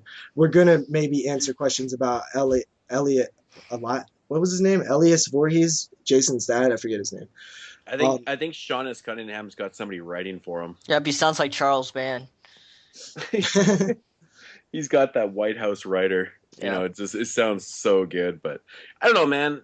But it's not something. But I understand what you guys are saying, but there's not really anything here that you could kind of take out of context and like be like, where you can really twist it. He's literally saying like there's not really room to lie about things here. Well, hopefully. Like what? Like give me an example about something he could just be bullshitting about. The whole fucking thing? Yeah. But then it would just be like it would watch Jason's dad not even be in it, and they use like CGI blood instead of like. I don't really see how that's like a thing. Like you can't just say like, yeah, we're gonna have Jason. I don't see the point of that. What would the point of? Because you're just gonna get backlash. No, but I mean, basically what I'm saying is that what he's saying right now, this is exactly what they want to do. It doesn't exactly mean this is what's going to happen. But kind of, maybe he is a producer on it. Like, I mean, he has a say. Totally, but who knows? Something might happen. They might have to change things around. I mean, we can hear all this stuff. I mean, personally, I just want to check it out. I don't really need to know all this previously. It's like whatever. I mean, we're fans. We're going to check it out. I don't know, dude. I totally disagree. I think this is like kind of what all this stuff that they're saying is exactly how I wanted the series to be. So it totally gets me like a bit more hyped for it, because I was really worried, like, what are they going to do? Are they going to turn it into something that isn't close to the series? Like, are they this is everything I wanted to hear. I want to hear that we're possibly going to have Tommy Jarvis character. But doesn't that sound too good to be true, though? But what would the benefit of lying about this be? Oh man, Nothing. Here we go. How would it benefit Sean Cunningham? There's no benefit at all. I'm just saying what he's saying might not be what exactly is going to happen.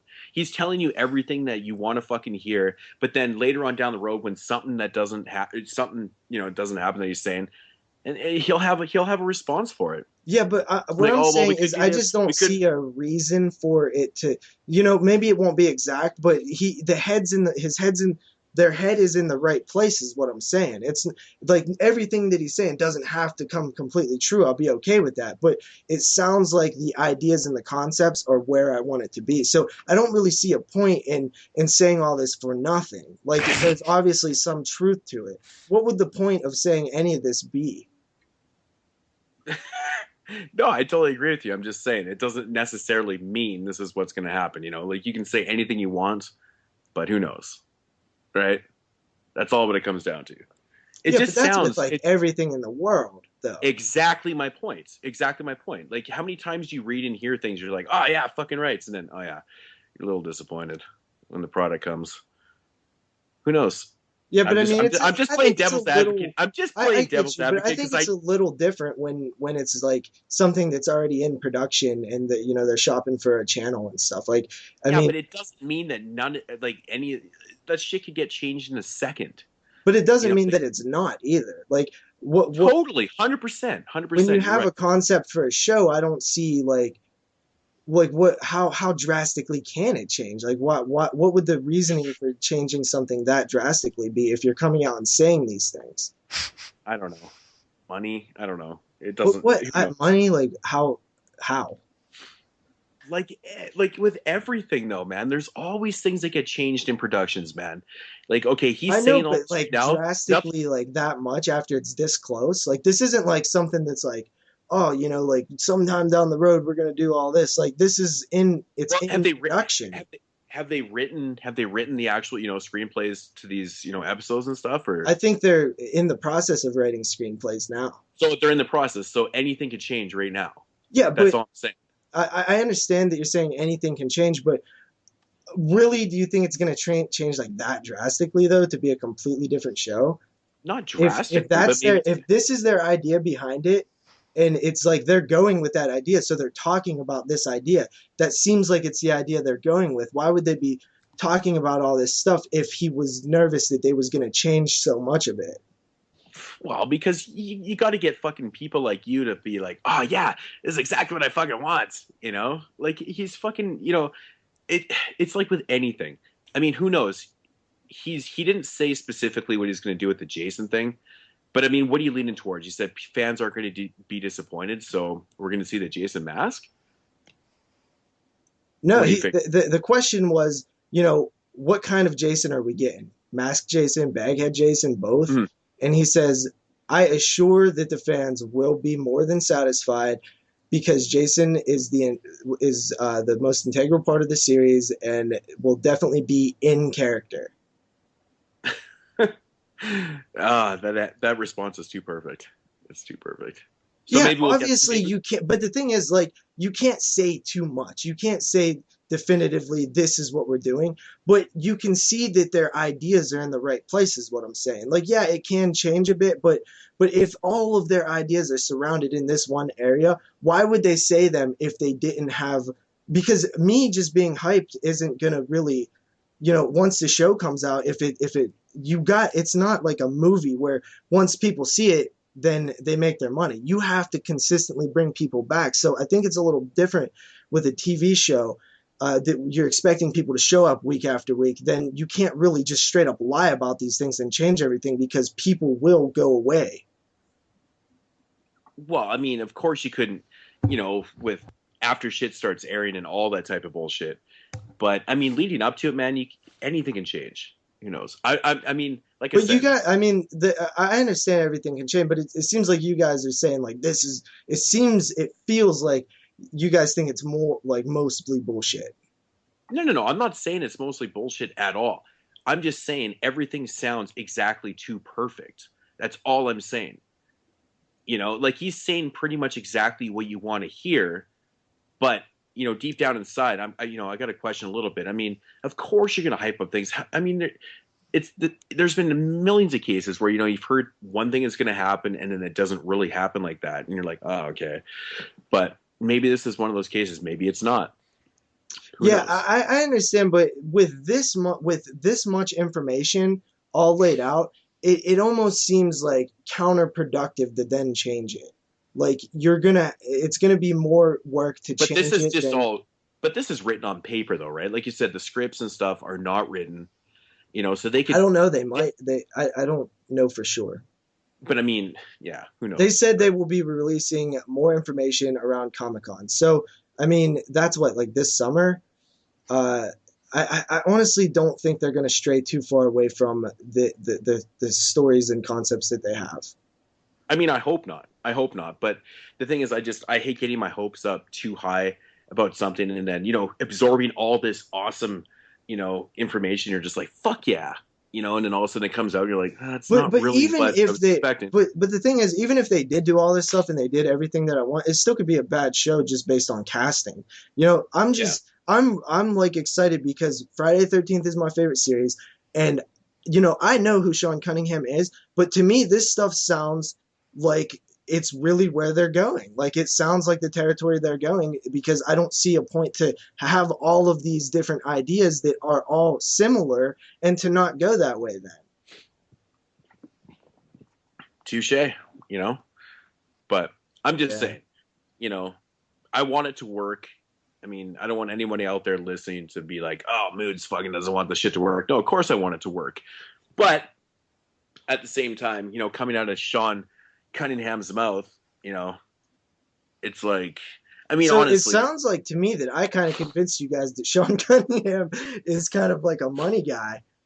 Well, it's not even that. I mean, I've always had kind of, my own thoughts on him. But, I mean, honestly, so if Charles Band was responsible for this whole fucking franchise and he was saying all this shit, would you be 100% convinced? You're like, that he's saying all this shit? Honestly, yeah, because I wouldn't be 100% convinced, like, because I'm never convinced until I see it. Yeah. But honestly, I would be like, okay, because it doesn't sound like things that would even make sense to lie about. Like, it doesn't seem like there would be any benefit to him at all. In fact, it would actually hurt him if none of these things did happen, or most of them didn't happen. So I think that he's coming out and saying this publicly to a huge outlet that it has to be where they're leaning. Well, I mean, all I can say is hopefully. Yeah. Right. It just sounds exactly what I want to be hearing. And I always get a little weary when I hear shit like that. I'm like, are you serious, man? That's exactly what I wanted. But the thing is, that never happens in life. life is always throwing you curveballs, and it's like, I mean, give me a fucking break. When something's too good to be true, it never fucking is. But this doesn't seem like too good to be true, though. It seems like naturally where it should go. I think that it would be a bit different if it was like this is coming from somebody who wants his TV show to succeed, obviously. So and also it's coming from somebody who I don't think would know the right things to say. Like I think he's kind of out of tune with fans and Okay, wouldn't know. let's go back about 17 minutes or 27 or 30 we've been literally talking about this for like 25 minutes. Once again, shush. Once again, it does sound like Sean Cunningham has a writer. But listen, so remember when I said like he's like he doesn't get horror? So I don't think that he would know these things to say, like if he was trying to just like falsely lead the hardcore Jason fans to the well. I mean, dude, I completely 100% concur with everything you're saying, but all I'm saying is that sometimes I get a little skeptical when shit is totally spoon-fed. It's like, oh, this is how you want it? Oh, there it is. I don't know, man. I just didn't see it that way. Like, I just saw it as like... I think it's probably because maybe... You got to also answer... You got to also look at it this way. The guy asking him these questions are coming from the perspective of, us. So it sounds like, he's not telling us all the stuff that we're not looking for. You know what I'm saying? He's only answering the questions we're asking him. So there could be a whole bunch more that we don't know that is like kind of stuff that we wouldn't want in it. But he's only asking him the questions that we really care about. So we only are seeing what he's asking. Yeah, which worries me. Yeah. I don't know. Right? I kind of have faith in this show. I mean, totally. Like I said, like I don't want people to think that I'm not, knocking this, but at the same time, I understand your point. I just hope you get mine too, though. Yeah, I definitely. Get you're like fuck you. You're like fuck you, man. I think you guys are looking at it like he's out to get you, and I think that's like no, not at all, not at all. Maybe I just don't trust him. Maybe I just don't think that. But it's not only him either. Like he's just one of the producers. Like there's so many cooks in the kitchen on this one. This week's question's top 5 post-2000 vampire films. Who wants to read the list? I got them. I got the top 5 list. Yeah, top 5 post-2000 vampire films. Wow, man. So many people said this was so fucking hard, and I totally agree. That's why I had the question. All right, first up, MovieBuffMike, which I will give a shout out to. I will leave the link down in the description on him too. He's a brand new YouTuber. I believe I was the very first person to subscribe to him. So, on that note, he needs more subscribers. So check him out. He's actually pretty cool, man. I check out a few of his videos. Pretty cool stuff. Anyways, top 5. This really cracked me up. I think this is a joke. Honorable mention: the Twilight films. He's totally joking. They're so bad, they're hilarious. Number 5. This got my attention. Let the Right One In. Number 5, but then he put in brackets overrated but still decent enough. Yeah, I know. I was kind of surprised on that one. Yeah, I actually questioned. I was like, holy shit, man. For one of the best vampire movies ever made, not just post-2000s, it's one of the best vampire films ever made. Yeah, I thought it was really interesting to call it overrated, but I did question it in the comments. But yeah, everyone has their own opinion. Number 4, I Am Legend. Number 3, what? Yeah, I Am Legend under Let the Right One In. How is that a vampire film? Because it is. Really? Yeah, that's vampire. The original story was vampires, I believe. All right. It's kind of like zombies, but they're. I thought they were zombies. You know why it feels like zombies is because it's a zombie film with vampires. Like all the typical things like the overrun city and stuff. It's all looks like a zombie film. You know what I mean? Mm-hmm. Yeah. Number 3, 30 Days a Night. Number 2, which I have no idea what this is, Vampire Hunter D. Bloodlust. Yeah, what kind of name is that? I guess it is. He says it's a solid anime film. So I personally have seen like 4 anime films in my life. So yeah, not a big don't know it. And number 1, Shadow of the Vampire. which I have not seen before. I have heard a few people talk about Is this that the film. Klaus Kinski movie? Kinski? No, it's got William Dafoe and John Malkovich in it. Oh no, that's Nosferatu. That's right. That's that's the film that's about making Nosferatu. Mm-hmm. Yeah. Jeffy D, which I like his name, Jeffy D. It's awesome. Number 5, Daybreakers. I've never actually seen before. Number 4, Underworld, which I can't say I was a fan of, but that's just me. Number 3, which is he put both of them in there, Night Watch / Day Watch, which are fantastic fucking choices, by the way. Number 2, Shadow of the Vampire, and number 1, Let the Right One In. Very cool. Wow, getting ahead of myself here. Lost Witch Adrian, our boy Adrian. Number 5, he put Lost Boys, the opposite of the one I didn't like. So The Thirst. So yeah, The Thirst. Okay. Number 4, Queen of the Damned. Which was that 90s? Queen of the Damned? I think it was 2000 or 2001. I think it was right in the early 2000s. Jeremy, quit fucking typing. Well, if you see what I was typing, then you would know. Number 3, Underworld. Number 2, 30 Days a Night. And number 1, Diabolique. Apparently it's a 2013 art house film. I have not seen that, so that is intriguing.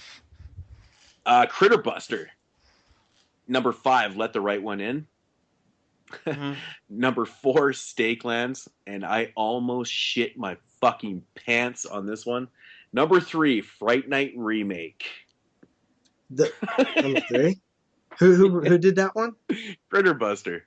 Critter is my homie, man.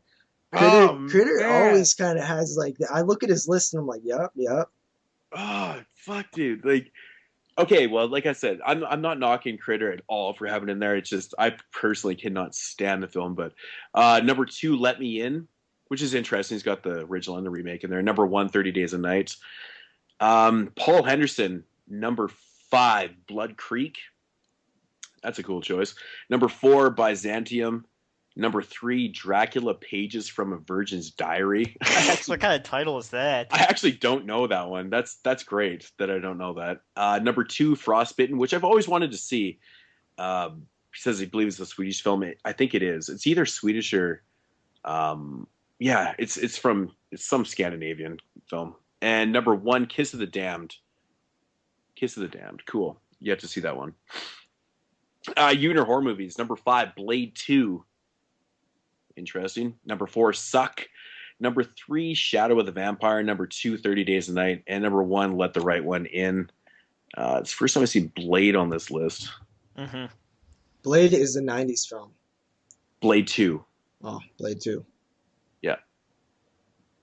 I think Blade 2 came out in... It's like 2000 something. 2000. Yeah. Number 5, from Dubby Doubles, our boy Dubby. Hey, he's kind of been dead lately. Yeah. Number 5, Underworld. Once again, Underworld. Number 4, Decadent Evil 2. That's the Full Moon. That's the fucking most interesting choice. That's cool. Number 3, Night Watch. Number 2, Blade 2. And number 1, 30 Days a Night. Now, that's a really interesting list. Movie Collector 666. Zach, number 6. Blade. Which is a 90s film. Which actually, yeah, is totally from the 90s. Number 5, Daybreakers. Once again, I've never seen it. Number 4, Let the Right One In. Number 3, Stakeland. Number 2, Thirst. And he gives you a special shout out, JP, for reminding him about that one. Yep. And number 1, 30 Days of Night. And that is everybody. Really? No, we got one more. We got Martin. He actually emailed us his answers. Oh, okay. Nice. So number 5 is Livid. Number 4 is Merbito. Something? I don't know. Number 3 is Shadow of the Vampire. Number 2 is 30 Days a Night. And number 1 is Let the Right One In. So I basically got to see Shadow of the Vampire because... And Kiss of the Damned. Yeah, and Kiss of the Damned. I've heard good things about both of those before this list. Cool, man. I got to check those out. So your guys' list. JP, you want to go first? Sure, why not? My list, little side note, Moodz wouldn't let me put Stoker on my list because he said it wasn't a real vampire film, so that's not on here. He literally said I wasn't allowed.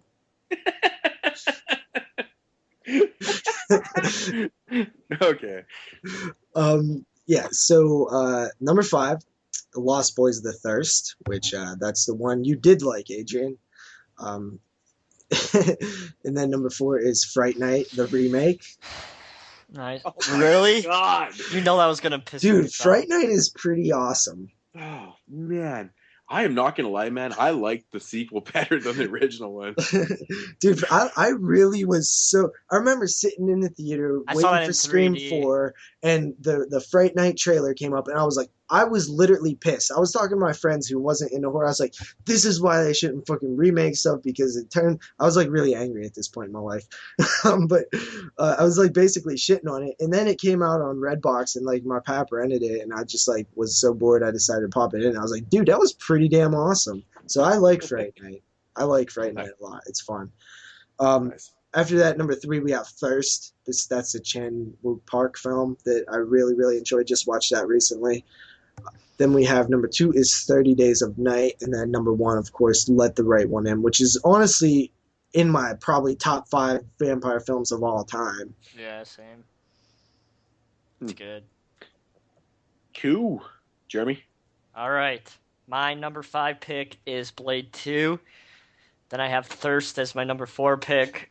3, I have Stakeland. 2, I have Kiss of the Damned. And 1, I have Let the Right One In. Cool. Yeah. All I right. haven't seen Stakeland or Daybreakers. I have an extra DVD copy. I could send it to you. I have All right. Daybreakers. Number 5 for me, Stakeland. I cheated on number 4 and I put Night Watch, Day Watch, both the films, because I could not choose which one I liked better. I actually like both those films like a ton. They're basically like one big ass film. Very cool stuff though. Number 3, 30 Days a Night. Number 2, See, by and he said he doesn't cheat. Once again, he cheated. I did. I cheated a couple times. Yeah. Yeah. So number See, you 2, don't even know you're doing it. He's like just cheating, like, just acting like it didn't even happen, just like, yeah, I cheated. And then he moves on, like thinking we're just not going to say anything. Well, that's why I kind of gave it up to a Jeffy D vet down there, and he did Night Watch, Day Watch too, and I thought that was funny because I did the same thing. Number 2, Byzantium, which I highly recommend. I can't believe it was on more people's list. Fuck, that movie's good. Yeah, I don't think a lot of people have still seen it. That's pretty new, isn't it? Yeah, it came out last year. And number 1, Let the Right One In. Of course. How can you go against it? It's just so damn good. It's so good. It honestly blew me away when I seen it. I was so impressed by it, dude. The visuals and the just cinematography, the lighting, the snow, the everything, man. It looks so good. I need a Blu-ray. Nice. All right, so for next week question, and I basically have not even decided what I'm going to do for the next top 5. Oh, no one's going to blurt out anything? Okay, Let's do top 5 favorite horror titles. That means the name of the movie. Okay, yeah, we'll do top 5 horror film titles. Yeah, and that's what it is, man. Vampercon. If that was a real film, if that was a real film, that'd be a contender. Yeah. So your top 5 horror film titles of all time. Retard Dad. Retard of the Dead. What is it, Moods? Retard Dead. Retard Dad. If we was doing worse titles, that might make the cut. That is a good one though. Oh yeah. So top 5 horror film titles. Everyone make sure to answer that one for next week. Do you have any mood swings? We have a couple cues. We have a couple what? Oh, questions. No. Do we want... Oh, you know what? Fuck it. I'll do the coroner's report right now. The Rue Morgue coroner's report, weird stats and morbid facts. I basically grabbed an old one out of my stack, opened it up, and then the first thing I saw reminded me of Jeremy, so I thought I would do this one as a weird stat and morbid fact of the week. This is pertaining to the 1956 original film, The Bad Seed. So it says, in the wake of The Bad Seed's 1956 theatrical release, all children were banned from movie houses where the film was screening. The U.S. Film Classification Board cited its concerns about potential copycat violence. Are you fucking serious? I laughed so hard when I was reading And this. this was after the hate code. That's so weird that like they were doing that. Yeah, they actually like kids were not allowed to see the movie. I was like, holy How fuck. how about when this is kind of off topic, but when Alfred Hitchcock made Psycho, he wouldn't allow people to go in after the film started. Yeah. That shit would never fly today, dude. That would Oh, yeah. never happen. They'd be like, "Oh, I don't care. I don't care. You Totally. go in the last 5 minutes and give me money." You could never fucking You would never. A studio would never allow that today. Same with like smell-o-vision and all that shit. I never think that would be like a success today, like all the gimmicks they used to be. Like, if you watch The Matinee with John Goodman. How fucking Oh, yeah. awesome was Hitchcock, man? It's like, I don't want your money. I care about art. You got to see the movie in full. That is fucking awesome. Yeah. We will get into the DVD releases right now. Coming out this Tuesday. Now, this is... this better not spark another hour conversation, but Rob Zombie's releasing a thing called the Zombie Horror Picture Show. And it's basically it's like his version of Pink Floyd's The Wall kind of thing. I think it's something like that. It's on the same level. It's a live performance, with horror stuff going on. So I thought that actually sounded really fucking cool. I'd like to check that out. After Dark Originals is releasing their brand new release, Mischief Night, which I think I've actually heard pretty good things about. For all you Scream Factory freaks out there, like us, Nosferatu is coming out this Tuesday. Apparently it's getting mixed reviews already based on transfer and stuff, but fuck, whatever, man. I remember hearing, bad things about a couple other films that they'd released about the transfers, and they look pretty damn good to me. Low budget film called Chainsaw Killer. Seriously, who doesn't want to watch a film called Chainsaw Killer? That sounds amazing. Now, this one right here, I'm not 100% sure what the deal is with it.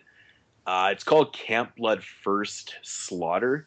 I don't know if this has anything to do, if this is like a spin-off from the original Camp Blood films. This was done by David Sterling Productions. Cool Duder's buddy, David Sterling. The guy's produced like hundreds and hundreds of films, man. It's crazy. The Camp Blood movies. There's his name, Charles Band. Charles Band, yeah. But I'm not sure if this is like a new kind of franchise thing that he's starting, or if this is actually related to the original Camp Blood films. I'm not 100% sure. But anyways, that looked kind of cool. I don't know if you guys remember, a couple months back, 3-4 months back, they released a set called Box of the Bigfoot, and it was basically 3 Bigfoot films, in this little box set. Anyways, they're releasing the sequel of it, Box of Bigfoot 2. Sasquatch Attack. So, how many good Bigfoot films are there? There's not that many great ones, but they're still pretty entertaining to watch. I don't know. There's so many. Yeah, there is, and these sets are really, really cheap, man. You can get them for like under $10 on Amazon. Like, they're crazy cheap. Next one, I actually saw Mr. Parker do a review for this film called Blood March Crack. It's literally about a raccoon on crack. It's fucking. He actually said it wasn't that great, but for anybody who wants to check it out, crack. Yeah, dude, it's called Blood Marsh Crackoon. I don't even know how that works. I don't know, man. Does the raccoon smoke the crack? I don't know. Maybe I don't have no fucking clue. Does it matter? The raccoon's on crack. No, I just want to know if there's a scene of a raccoon smoking crack somewhere in the world, like that. That would kind of blow my mind. Too good.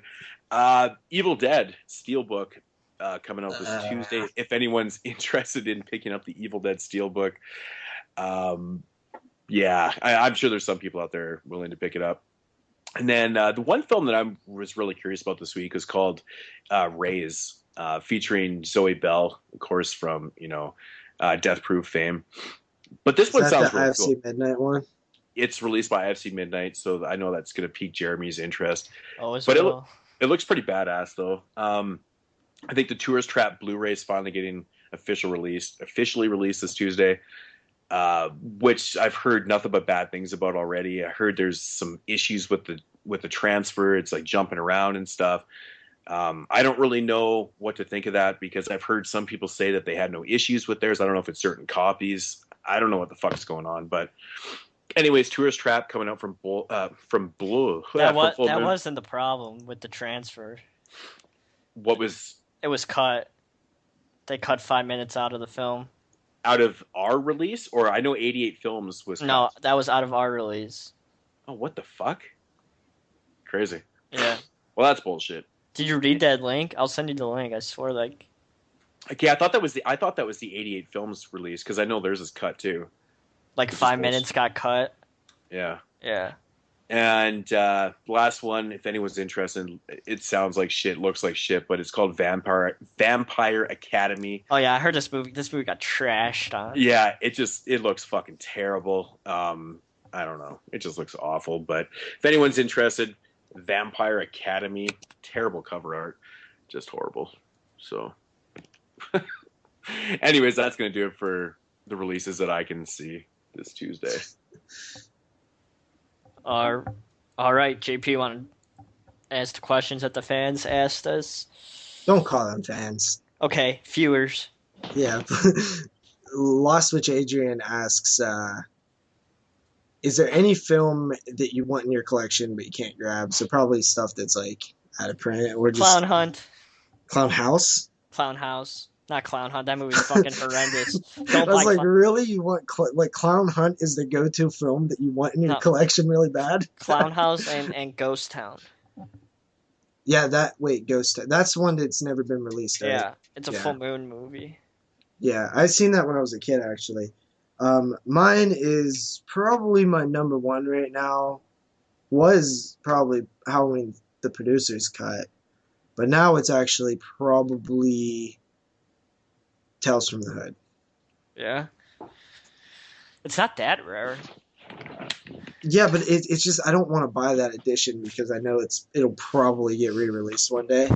It's an HBO movie though. I don't know. Yeah, who knows? I mean, I think that besides that, maybe I don't know. I see. I have Tales from the Hood on VHS, so I'm like not really like need it. So probably Clown House. Clown House would be a nice one to have. Mm-hmm. What about you, Moodz? What film do you want in your collection that you can't grab? To be honest, man, I think it would have to be Rawhead Fred. Yeah, not Evil Ed. Actually, fuck, dude. Actually, you took that right out of my mouth. You actually pulled that shit. Also, because I've been wanting to see that. Yeah. Oh, yeah. Well, you know what? It's getting a Blu-ray release. Is it? Who's doing that? Like it's getting it's getting a special edition treatment. Region 1? Yeah. Yep. You go to Diabolic DVD right now. They have a couple different editions of it. I think one comes with the Blu-ray, CD, soundtrack, and stuff. And yeah. They're pretty expensive. No, it's not out. They're out for pre-order right now. And it's Region 1. Yes. I'm going to be grabbing one. I've known this. This was like a month ago, JP. Yeah. Dude, my mind is like fried right now. I'm hot as fuck in this house. Yeah, but Jeremy, you totally just grabbed that right out of my mouth. That was the next thing I was going to say. Evil Ed, Rawhead Fred. Yeah, rhymes. Look at that. But yeah, those are a couple films that I can't fucking find anywhere. I can't find Clown House anywhere. Clown House is another one. Yeah, because Clown House probably isn't going to get a re-release anytime soon. Yeah, probably not. I know that's just not cool. Like I've been trying to grab the Laserdisc, the DVD everywhere. I just want to fucking have that movie. You know what else is not cool? Cocaine. Molesting your lead actor. Yeah. It generally doesn't work out in the long run now. If you molest your actor, you're gonna have a bad time. Yeah. It's gonna have a bad time. It's like French frying when you shit a pizza. Yeah. Gonna have a bad time. So yeah, next question is, what's your favorite foreign language and black and white horror film? Favorite foreign language horror film? Yeah. Inside, hands down. Is my favorite. Probably Let the Right One In. Favorite foreign language horror? Oh my, wow! Inside is so good. It's such a broad. Wow, I watched so many. Oh man, it's so hard. Um, holy shit, dude. I don't know. That is a hard question. I think I read that question earlier. I thought it said favorite foreign language. I was going to say Spanish. I was like, Spanish by far is my favorite language. It does say that, but I think it does say, what's your favorite foreign language, comma, black and white horror film. So I just thought he was saying like foreign language film and black and white film. Man, that question is so hard. Okay, I know my favorite black and white. What is it? Freaks. Yeah, that's a good one. Mine's Psycho. No, yeah. I love Freaks. That movie's so good. Night of the Living Dead and Psycho are just... One of my professors wrote a thesis on that film. It's so good. I love that film. Yeah, Freaks is awesome. Yeah, it's so good. Moodz? Favorite black and white film? It would be Psycho because... No, I think it would be Frankenstein or Dracula from Moodz. You had Psycho as in your top 30, right? That was the only black and white film in your top 30? Yeah, it's funny because I was actually just referring to my list. And it's interesting because I end up taking out Frankenstein from 31 out of my list. But Psycho was still higher. So I'm going to have to go with Psycho. But what about foreign language? Foreign language. Man, I know that's so fucking hard. Just pick one you like. Pick something that I love. Inside, man. Oh, man. Let the right one in, man. Well, if we're gonna get on that whole French thing, I'm gonna probably say, The Iron Rose by Gene Roland.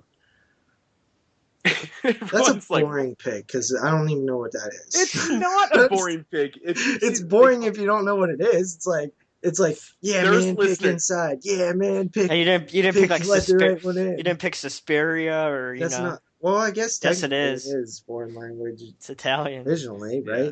I mean, it is dubbed. Is there an Italian version? Yeah. I didn't know that.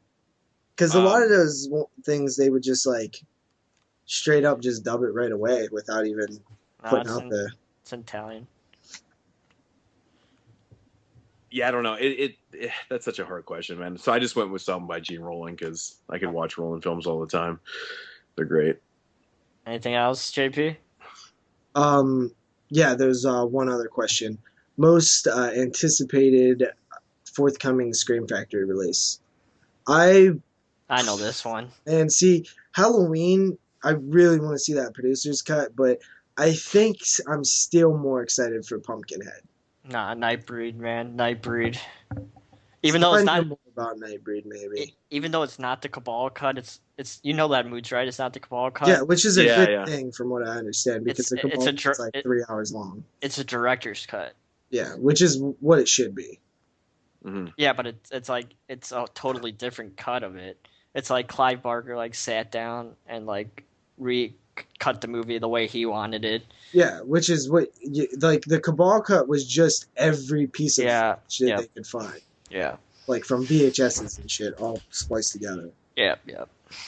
But yeah, Nightbreed for sure. Yeah, that's a good Nightbreed, Halloween 6, and Pumpkinhead are probably my 3. Yeah. Besides the whole Halloween box set, I think that's pretty damn cool. But The Final Terror is something I've been looking forward to.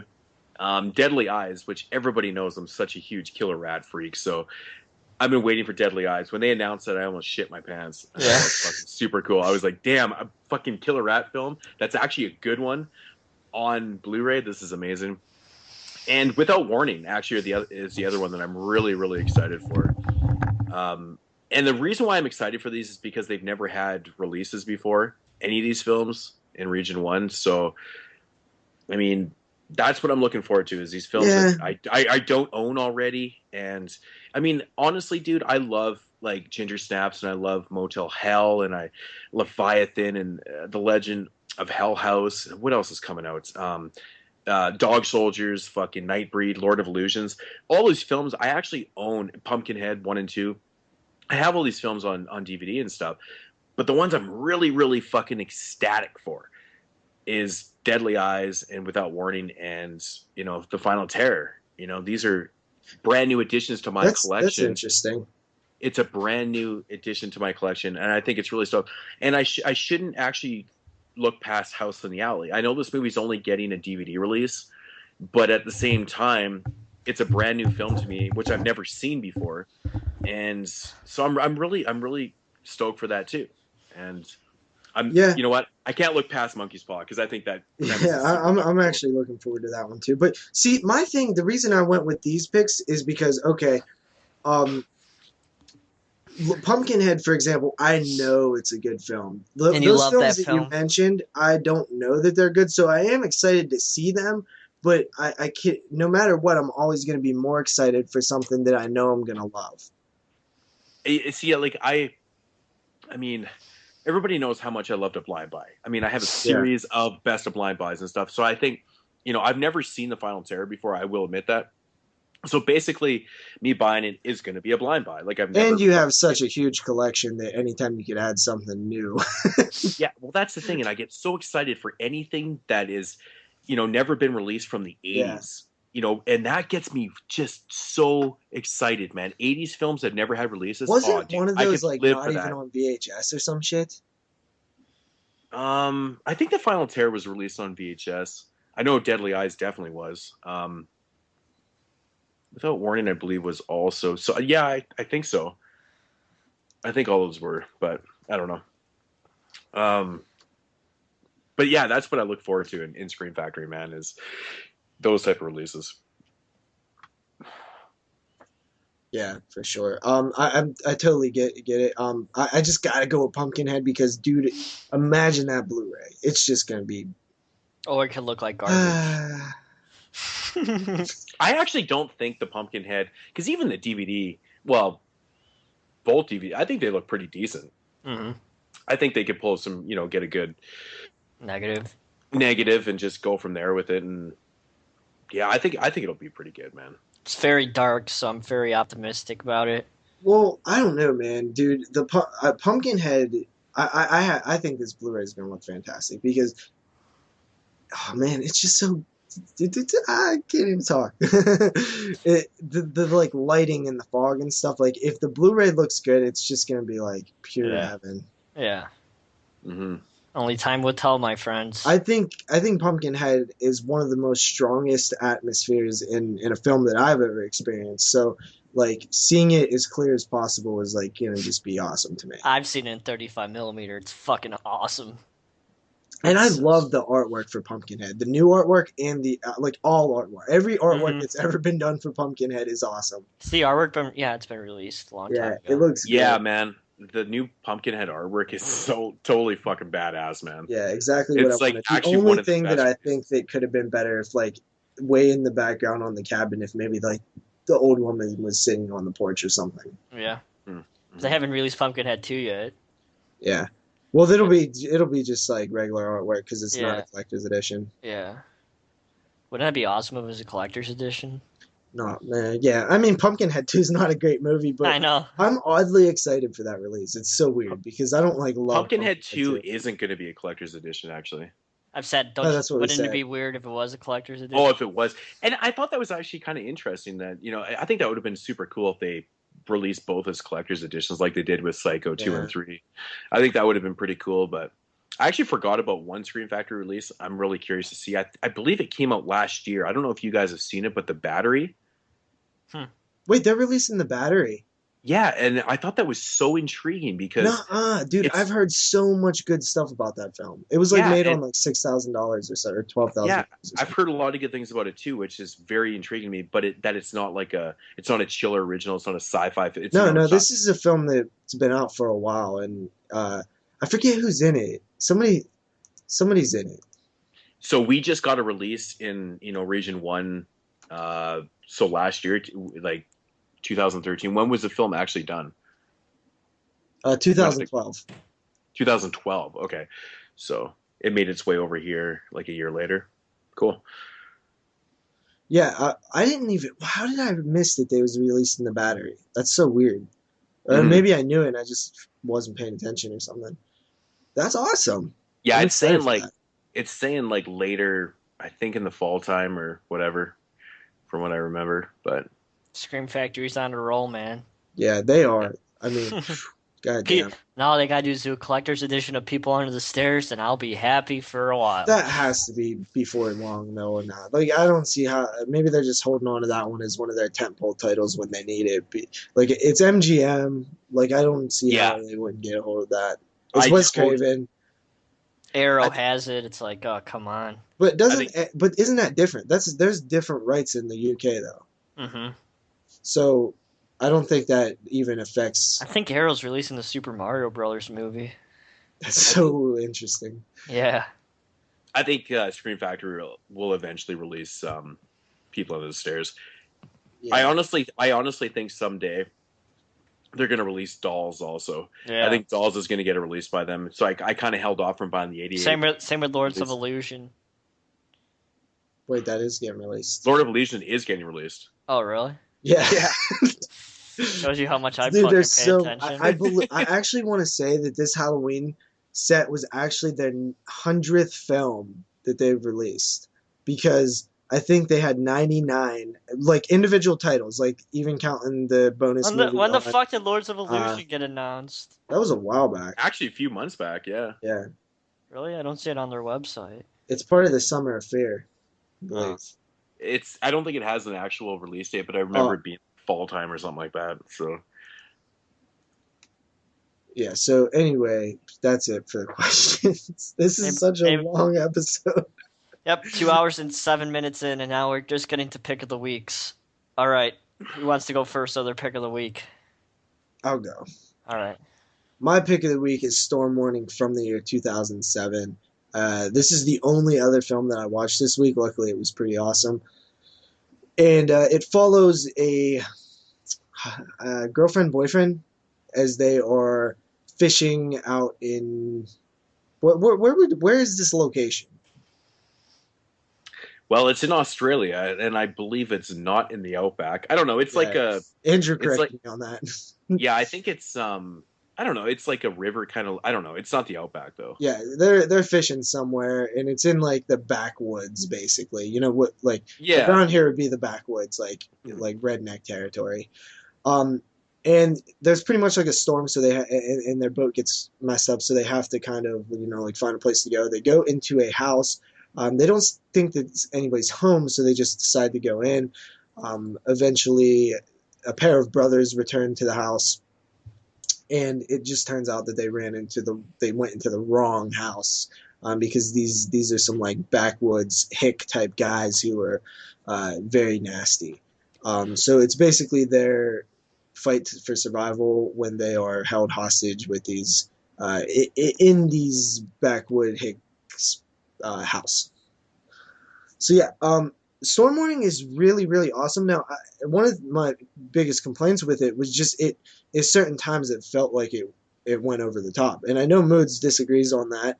And I'm kind of curious to almost like how. Because to me, anytime you're doing these like crazy contraptions with like fish hooks and fishing line, and it like throws you across the room, and it's so far-fetched that it's hard for me to take it serious. Uh-huh. I understand where you're coming from with that, but I didn't think it was to the point where I was like, oh, you're just like losing your shit over it and stuff. And like, I don't know, man. Of course, a lot of these things can be considered far-fetched, but I didn't think it was to the point where it was like, it's just so much. Nobody could do that. Like, you can't build something that does that. That's not real. Why not? I don't know. Can you do it? Because if you can, let's see you do it. Make a video. Dude, I am Johnny fucking Engineer, man. Bullshit. Totally. Not only, but it's not. I would be okay with one of those, but there's more. Like the what do they call those? The wind machine things, the swamp thingies. You know what I'm talking about? The riding things, where you like ride it and it has the big fan on the back. Moodz, you said what it was called. Oh, the hydro boats or whatever. Yeah, whatever the hell it is. Even that, like that, the whole like way that happened was also just kind of like a similar situation where it's like all these things have to line up, and like It's like one of those like Rude Goldberg machines or something, where it's just like it's a little over the top, and it kind of takes me out of the movie, like all these Really? contraptions and stuff.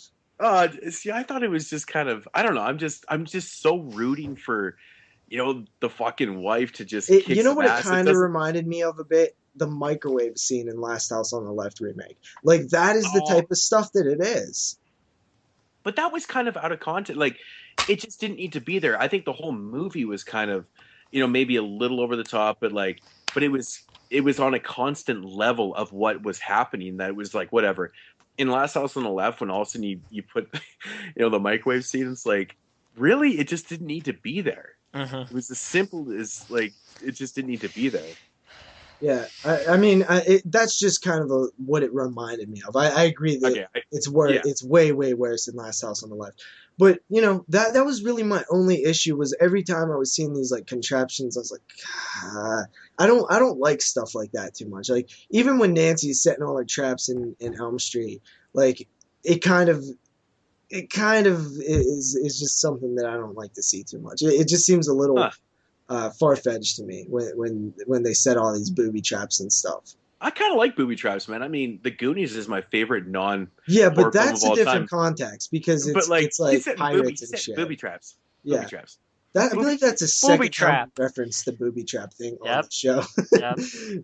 So yeah, I mean, shows you how it's still a fantastic movie. Obviously, it's my pick of the week. Yes, we are all very big Goonies fans. Like it's our favorite movie of all time. Shows you how big of a fan we are of the Goonies. Yeah. So yeah, I mean that was my only issues, and honestly, they're not like big issues. Like I can deal with them. It's just my like number one complaint. It's almost my only complaint. But like some of the kills were pretty damn good. The setting. Yeah, they're cool kills, but they look like something that would belong in like Wrong Turn 2.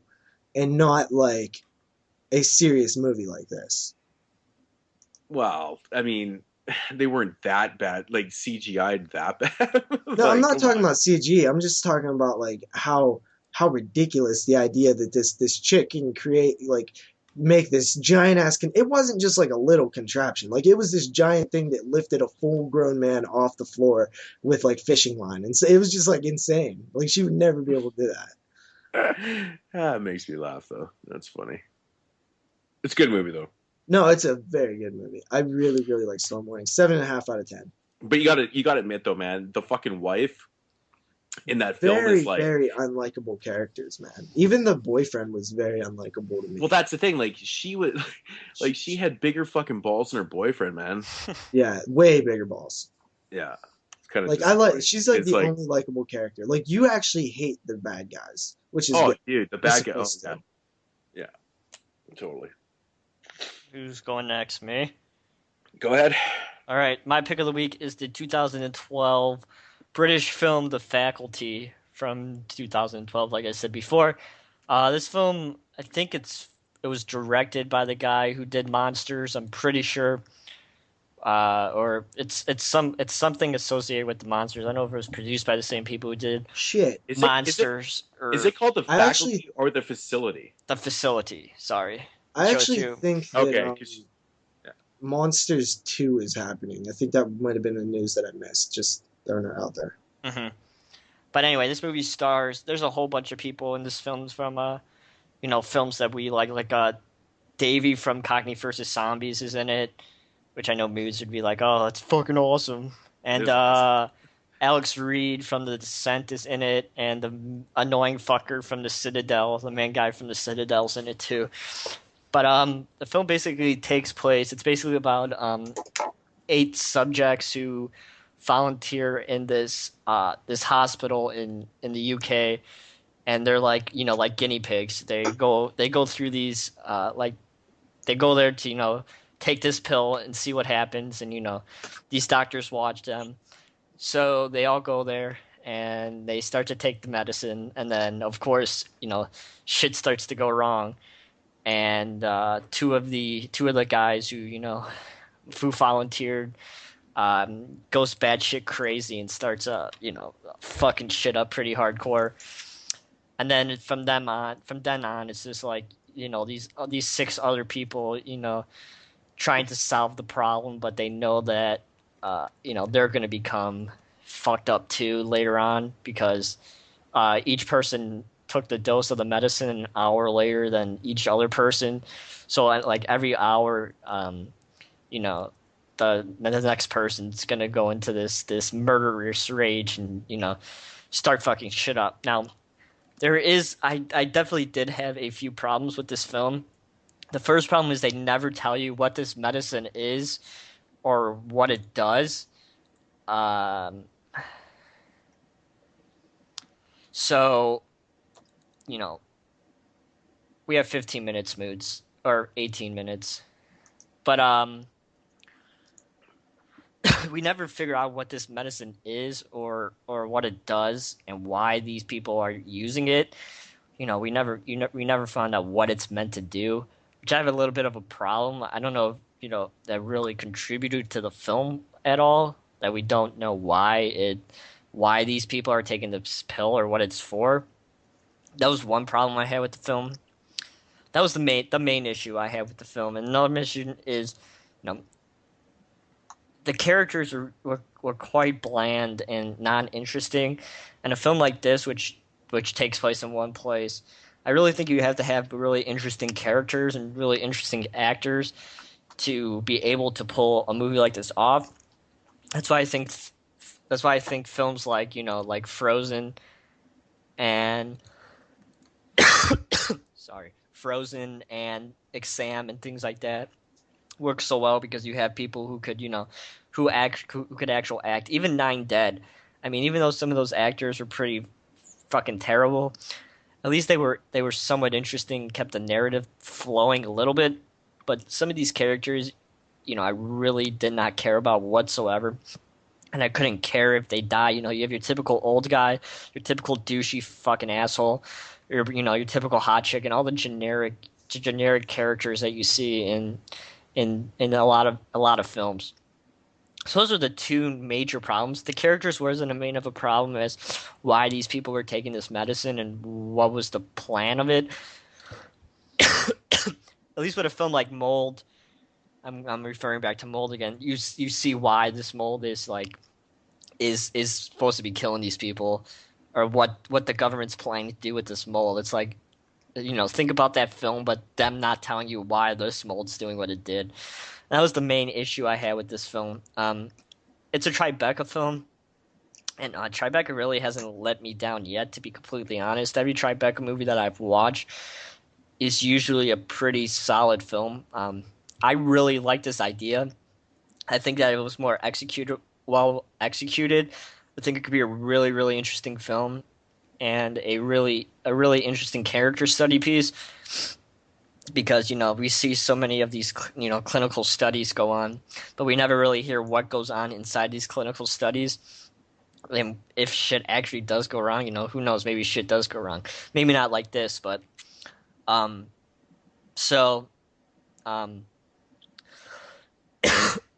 give it a high recommendation. A little, not too high of a recommendation. Let's see if you can find it for cheap like I did. Pick it up. It's definitely the best film I watched this week, which is interesting. Just because I thought it was an interesting idea.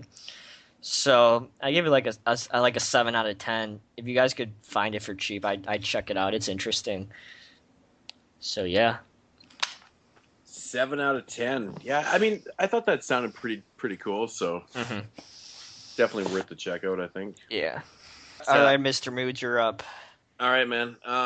Yeah. So for my pick of the week is a film from 1976, and it's from the awesome heyday of animal horror films and stuff. This is a brand new Blu-ray release from Scorpion Films. Fucking awesome company. So happy they released this shit, man. And it's called Dogs. Nice. This is a pick of the week. Yeah. Why do you always sound so fucking every time you're like, what the fuck? Wait, when? I do this all the time? Every time my pick of the week, you're like, I remember Manborg. You're like, Manborg? That movie's fucking awesome. No, Dude. It's just because I've actually seen Dogs, and I remember not really liking it too much. Oh well, that sucks for you then, man. Yeah, That you didn't, sucks. and you didn't like Torture Chamber either. So Well, that sucks you didn't like dogs because I thought it was fantastic. But the thing is, I watched so many damn movies this week. I was having a hard time picking what my. There was a lot of films I really liked, um, but yeah, Dogs is very very simple story, man. Basically, what's happening in this small town. Um, all these dogs are kind of conforming together, and fucking kind of running the streets and shit like It's that. like And a they start. college. Isn't it set on like college campus or something in this town? Yeah, it's set. Well, that's what it kind of relates back to. You don't really know at first exactly why everything kind of relates back to the university, but so basically you have all these dogs that are kind of conforming together, and they start kind of tearing up the night, literally, attacking people, and it goes back to this university, and there's kind of like this. There might be this like kind of undercover government secret experiments that are happening like in these universities and stuff, and so now it's up to this local scientist and this guy that works at the university and stuff to kind of figure out what's going on with these dogs, if this is actually going on, and this is what's causing these dogs to go fucking ape shit and start attacking people and shit like that. So the story is very very kind of primitive, but it's entertaining as shit though, man. I really did like I can't remember the guy's name in the film. The dude with that like very typical 70s kind of mushroom cut haircut. Yeah, I know, right? I Yeah. remember this film feeling very 70s, like the whole film. Oh, dude, this movie screams 70s, man. But the one thing I really liked about this film is that all the dog attacks and how it was filmed, like some of these dogs are like viciously attacking fucking stuntmen and shit, and it's fucking cool, man. I love old films for that reason. mm-hmm. I thought it was really well done. Like, it really looks vicious, man. It looks like these dogs are giving her, like just fucking giving her. The gore was actually pretty good in this too, and I don't know, man. It was just an all around fun film, and I had no issues with it. I thought maybe the end was kind of a little drawn out and a little kind of ridiculous and stuff, but it's just really refreshing to see a film like this, especially from the 70s. There's so many films like this, these kind of animal horror films and stuff. But I don't know, man. This one really did kind of work for me. You know how normally you can tell which killer animal movie is the good one? It's usually the one that got there first, meaning its title is just dogs or alligator or crocodile. Like, you know what I mean? Because they get there first, so they get to use that title. Yeah, exactly. So that's usually the good one. But no, I mean, it's been a while. I did this on the very first day of my first October 31 series, the 31 horror films in 31 days. So it's been like 2 years since I've seen this. How did if you don't mind me asking, how did you watch the movie? The DVD. There was actually a DVD release. Yeah, I have the DVD release. Oh, cool. Yeah, I paid $3 for it on Walmart.com like years ago. Nice. So yeah, I remembered, you talking about it makes me want to revisit it, because it could have been one of those cases where I would appreciate it much more now after these few years have passed. But I remember thinking like maybe that it's been so long, but maybe it had something to do with like the characters, or like the characters made bad decisions or were stupid or something. I can't really remember back to it, but I'm definitely curious to revisit it since. That's why I was so surprised. I was like, wait, I didn't like that movie too much, and it's your pick of the week, so I was kind of like, what? Well, I mean, there is parts in this film where are kind of unbelievable. Like, there's a scene towards the end of the film where, the mushroom head, 70s looking dude, and the girlfriend, I can't remember his fucking name. But anyways, they get trapped in her garage. And like these dogs are fucking attacking from all angles and stuff. And they're doesn't basically a dog like bust through the wall or something? Oh yeah, and there's one scene where the dog actually busts through the wall and shit. But it's just like so funny to me because, what had happened was, okay, this is why they get trapped in the garage, because they get in there to go to escape, and then they realize that they don't have the keys. And so Buddy decides he's gonna fucking jumpstart this thing, and he can't do it and stuff. And I'm like, and then the dogs start busting through the walls and shit like that, but. Yeah. At one point in the film, they actually, they're like kind of trapped in the car and shit. I'm like, holy shit, But, I mean, obviously, yeah, there's some interesting decisions and stuff made in this film. But overall, I thought it was pretty good. I thought it was pretty, like, the whole end of the film where the dogs, like, just massacre this place, dude. Like, they just fucking give her on this place. And like, they don't really show a whole lot, but they show a lot of carnage after, which just completely cracked me up. I was like, these fucking dogs just massacred this fucking place. And all these people couldn't escape. There was like 8 dogs. And they killed like 40 people. And it was like, I think I remember. Yeah, some of it's starting to come back to me. But it's so weird, like how JP, you can forget completely about a movie in like 2 years. Does the edition you have like the Rottweiler with the red eyes? I think so. Oh man, that movie's like selling for like $50. Are you serious? Yeah. I didn't even know that. Yeah, this is the Scorpion. Yeah, because I think I seen like Zach or somebody post a photo of that. I was like, really? That got a Blu-ray release? It surprised the hell out of me because I never have heard anybody else talk about it except for me at that time. So I was like, I didn't even think it was like a film that anybody cared for. I remember, I think I gave it like a 2.5 out of 5 or something. I think I rated 5s, but it could have been like totally. It could be a totally different rating now. So that's kind of equal to like a 5 out of 10 then. Yeah, like average. Okay, so yeah, if I had to rate it, I'd give it a solid 7. It's nothing spectacular, but like I'm a really big fan of 70s killer animal films. Like I think there's so many that are really good. Like, and I love the fact that like when these dogs are attacking, you're going, fuck, man, brutal. Yeah, like, all practicals. So brutal. Obviously, yeah, man, it's so vicious, and I would love to see like exactly how they did those scenes and stuff. Like it's just like some of the dogs don't even look that vicious, but they're just really giving her, man. It's fucking insane. And I don't know, I had a lot of fun with it. And I gotta say the transfer on this Blu-ray by Scorpion is fantastic. It looks really good for like an older 70s film. It doesn't look bad at all on Blu-ray. It looks really good. I want to say that DVD I have might have been kind of rough. Yeah. Okay. Well, I would highly advise these are a little overpriced, but oh wow, the transfer was really good. Really well done. So. Interesting pick, dude. I'm definitely want to revisit that one because some people say like once you rate something you could like you should stick with that rating, but not me, man. My opinions change on films all the time. It's actually funny. My pick of the week was going to be The Offspring. Isn't that ironic? Yep. Yeah, I think I didn't like that one. Yeah, I actually. That's so funny. You liked the woman, but you didn't like the Offspring. Moodz hated the woman, but he liked the Offspring. I honestly, man, just getting into for 1 second, but I really like the fact that just showing where she comes from. I really enjoyed that, and the Offspring was made first. Yeah, and it's like just seeing that. And seeing that whole angle and stuff. And did it make you like the woman anymore?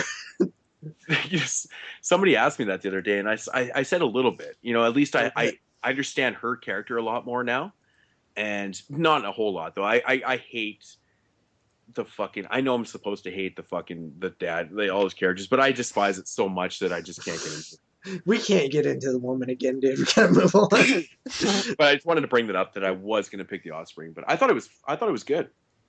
Yeah, okay. So yeah, I'll check out Dogs once again eventually. Report back on that. So yeah, I believe that is it for the pick of the week, huh? Yep. Picks of the week. It's finally time for the main event of the show. Your guys' picks that you wanted us to talk about. So we got 3 picks here. Got David Arquette's Tripper. Then we got Pieces, and then we got the original Fog. So let's start with The Tripper, directed by David Arquette, starring JP's favorite person, Paul Rubens, a.k.a. Pee Wee Herman, who likes to say fuck a lot. I don't know if he was starring. Okay, he was per in. Se. He was in the film, and he's fucking hilarious. But he really is. Also is in the film, Jason Mewes. Yes, Jason Mewes. Which I don't know about you guys. Before he got sober, this was before. Out of all the people doing drugs, didn't it look like Jay was like the only one who actually knew what he was talking about? Well, I think Jay was was the only one actually doing drugs. Yeah, he was actually just like, he's like, dude, I'll just bring my own shit and do it for real. That was before he got sober. Yeah. Totally. All right, who wants to tell the plot? Well, you can go ahead. It's your pick. All right, so this is a David Arquette's Which first. super surprised me that he directed this. That's interesting. This is like I think this is only film. Has he directed anything else? No, Not that I think know. this is his only film. Now wasn't David Arquette like on like a celebrity rehab or something? Like, wasn't he into some shit? Mm, I want to say After he him- battled. He had some sort of substance abuse problem. really? I think he did actually. Wasn't he going through some crazy shit after him and Courtney kind of fucking? Maybe I'm legit? wrong. Maybe I'm wrong. Might be thinking of something No, else. I think he did actually. All right. So the film basically starts off in the 1980s. We see this father and like what was he, like a lumberjack, right? Yeah. The father, yeah. Yeah, and he gets killed with a chainsaw. No. See, I'm fucking messing up the story. See, this is why this is. I JP's could give you a IMDb description if you'd like. Okay, the boy kills the fucking one of the guys with the chainsaw. Film flashes forward, and we see our main character Samantha, who is fucked up because I guess her father or her. A bunch of hippie-esque kids. Fuck you! I'm almost Go. done. I'm almost done. I got this. Leave me alone. I will form a plot together in my mind. Okay. So our main character Samantha is traumatized by her abusive boyfriend. They all go in a van, a whole bunch of potheads, and they go to a modern day Woodstock. And when they get there, they started getting knocked off by the guy who was in the beginning with the chainsaw. Well, Is that it? Right? And he's wearing a you don't Ronald have to Reagan. spoil the ending. And he's wearing a Ronald Reagan mask, and he goes around and he slashes off these people. You just told him the killer, dude.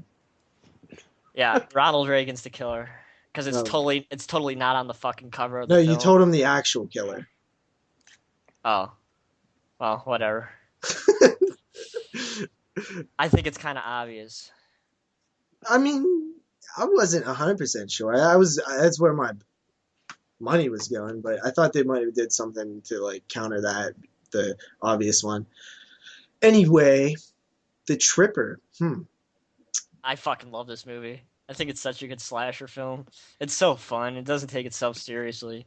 I think it's an interesting, political satire, really. Yeah, it's obviously like filled with social commentary. Mhm. Yeah, there's so much social commentary, and I think it's a lot smarter than people give it credit for. To be honest, it's a little goofy, but I think what throws people off a lot, because I remember when this movie first came out, and they're like, "Oh, David Arquette directed a horror film. Since he can play a fucking retard and Dewey in Scream films, he can direct fucking films." I'm like, what? And be I'm like, be a badass that's and silly. fucking ravenous. It's like, And come I'm- on. Yeah, and I'm like, okay, well, that has nothing to do with anything. I mean, if he can direct a film, he can direct a film. So I went in with an open mind on this one. I actually really enjoyed it. Yeah, I think it's fun.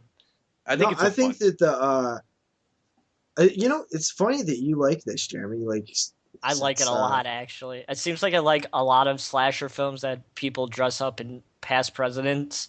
Like, I love President's Day, and I love this movie. But you also don't like drugs in horror films too much, correct? No, I don't like people who are addicted to drugs, and these people just smoke weed a lot, and that seems to, that happens Yeah, a lot but today. there is Weed, one X, point in the they're film. they're freaking candy flipping with acid and ecstasy. They're doing. There is one point in the film where the one guy says, he's like, "Oh man, like we got a lot of." They're talking about all their drugs and shit, and he's like, "Yeah, but we're professional drug takers."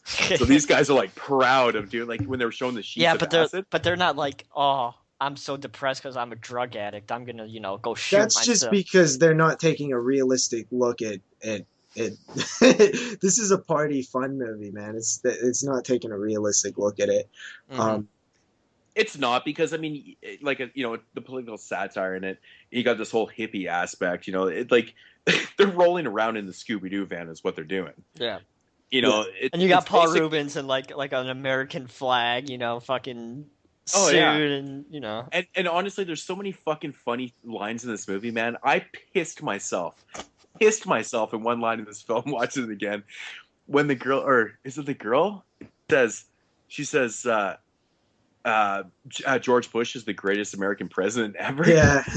I fucking laugh so hard because I mean it's a joke in itself, right? Mhm. And Oh man, dude, that made me laugh so hard. But I don't know, man. I think it's I think it's a pretty fun film. I think it's got some pretty interesting characters, actually. To be honest, and I'm not just saying this because I'm a big Paul Rubens fan, but I think he's actually really fucking good in the film. The scene where he's talking to the sheriff on the phone, and he keeps saying, "Go fuck yourself," and then he like purposely, or he's like, fuck off." Right, and then he purposely doesn't cover the phone. He's like, "What'd you say?" And he's like, "Oh, I was just talking to somebody in the other room." Yeah. Is that shit not fucking hilarious? But the way he's doing it, he's just fuck, I don't know, man. The whole time I'm watching Paul Rubens in this movie, man, I kept thinking to myself that his mustache was very reminiscent of a Hitler mustache. But I think it's just the way it's grown on his face. I don't think it was supposed to be. But I kept thinking that. I don't know why. I gotta say, I was a little bummed there wasn't more Jason Mewes, because honestly, that was probably my favorite character. Really? You didn't like Pee-wee? No, I that was probably my second favorite character. Wow. You hear that, everybody out there in the 22 Shots I Movies never and Horror said universe? I didn't like Paul Rubin. I just said I didn't like Pee-wee. Yeah. But Paul Rubens is Pee-wee. This is like he no, hasn't he been is like any nowhere other... near Pee-wee in this film, dude. He was that he is a was- he was- completely different character. he Shows was he in has a it. little range. He was in this movie, and He does. and he was in like Duncan, the movie with the ape in the hotel. He was in Blow also, which he's And good Blow. in Blow. Yeah. And this kind of reminded me of Blow. There was one scene in this film that really kind of got on my nerves a little bit, just very minor, and it was the scene where Buddy was like, he grabs a beer, and then the other dude goes, "Hey man, take her easy with the beer, we gotta conserve that stuff." And I'm like, "Okay, you guys are going to a fucking Woodstock. You guys are totally prepared with all these drugs, but you guys brought like two six-packs of beer." Yeah, they had like 1 6-pack, dude. I was like, "Are you fucking serious, man?" Maybe Jason Mewes drank it all on the way to the set, so they're like, "Shit, we have to compromise." Yeah, but Yeah, When I he's don't know, how about that redheaded dude walking around naked? I thought that shit was pretty funny. with the chick, hey little rabbit, I'm not gonna hurt you. "Hey, little rabbit, come here." Like, he has such a soft voice. It's like total hippie, dude. Total hippie. Oh. Totally, man. Uh, But I Jake, honestly, it seems like you actually like this movie. I didn't think you were gonna like it. Oh yeah, I liked it. It was a lot of fun. I like I really like the setting, man. Like when a lot of the kills are A happening. lot of the set pieces are really neat. Like yeah, it's kind kind of of really down trees and the little like streams and shit. I like the setting. yeah, And man, honestly, really like well done. I thought they did a good job, like when they're doing the nitrous, because they do a lot of different drugs in this. When they do the nitrous, yeah. you start hearing the woo, woo, woo, woo. That's nitrous. And like I thought they did a lot of the drug scenes pretty solid, because that's hard to do in films. It's hard to really Yeah. appropriately like convey what a drug does to you on screen. I think they did it perfectly though, because they didn't overdo it in those scenes That's either. what most people do. Like, you look at stuff like Yeah. shrooms, and that was Yeah. one of my complaints in the film Shrooms, is it just wasn't real. Yeah, I mean, you get the point after a couple seconds of what's going on, and you're like, yeah, cool. Yeah. And that's all it needs to be. And I like probably one of my favorite angles was the dude, the like pussy like boyfriend who's like, "Yeah, man, I'm just gonna smoke a little weed, maybe drink a couple beers, and I'm gonna stay with my mind clear so I could be here with you." And then he's like just sitting there trying to act like not fucked up once he started taking a bunch of acid. I love that. It was so funny to me how he's just like standing there like trying to act not fucked up, because it's so funny when you see somebody try to act normal when they're high. Okay, so another aspect of the film that I really thought was cool, and actually me and Jeremy can totally relate to this, because when I was visiting him, we went to Wisconsin, we went to the Jelly Belly factory, and we actually heard this fucking story that they talk about in the film, about how President Reagan was... Yeah. had That's this a whole pretty Jelly Belly... smart thing, though. I like that. Yeah, this whole Jelly Belly theory, which is actually a true story. And the thing is, I thought it was a really cool scene, because we had just actually learnt about, how Reagan had this whole Jelly Belly theory, and what they say in the film is completely 100% what his theory was. Well, you I was might like, as well repeat it so they know what the hell we're talking about if they've never seen it. The theory is basically, people that kind of... Well, how does it go again? Okay, Ronald Reagan would put a bowl of jelly beans in his office, and he would learn about people by what they grabbed. Would they grab a handful, or would they tactically go and grab a certain color, certain flavor, which is totally legit. That is a real thing. Yeah, I thought that was super fucking cool how they put that in there. That was great.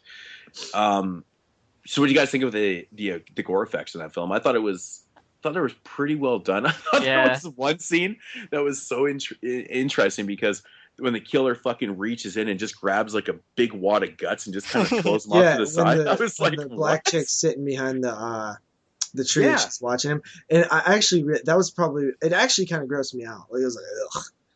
But I was like, why did he do that? He just like reaches in, he just rips guts the him, guts out. Why not, man? I guess. I just kind of questioned at first, but you know, another aspect of the film that I thought was really interesting is how many conflicts were in that film.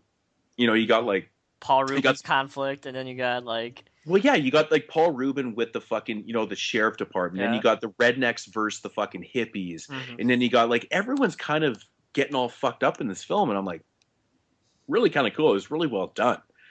You know, it doesn't over convolute everything in the film. I thought it was kind of David Arquette did a good job. Speaking of Arquette, he plays that redneck fucker that gets his arm broke in the film. Yeah, that was. Yeah, it was fucking nasty, but he was such a dick. But I have to say, that was a perfect role for him because it wasn't like big and in front, like, haha, look at me, I'm directing and starring. But I love the fucking part in the film. Makes me laugh every time I watch it when they're fucking all in like commando gear and shit, and they're going to hunt down the hippies. And then he starts shooting Jason Mewes. Is like, I'm fucking bleeding, I'm bleeding. And he's like, wait a minute, they're shooting. He's like, I've been shot. I fucking love that scene, man. It's so funny. No, so good. I think this is like a good example of a film that is knowing exactly what it is. It for the subject matter that you're dealing with, there's no way you could have took this serious. Okay, one thing I did notice in the film that, you know, we're talking about all the good things. One thing that actually kind of I wanted to see a little bit more, and I know it didn't need to be that focused, but I wanted to see a little more maybe kind of concert stuff. I think the band that was playing in the film is it Fishbone that was playing? Is that the name of the band that was playing? No idea.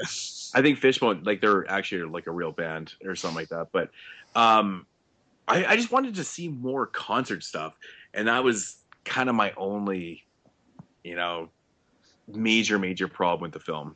The layout of the place seemed a little weird too. Like, it didn't seem like a big open, like where the main like part was, like the main like concert and like events and all that. It seemed like it was just like in a small little area. It wasn't like wide open. It was kind of weird.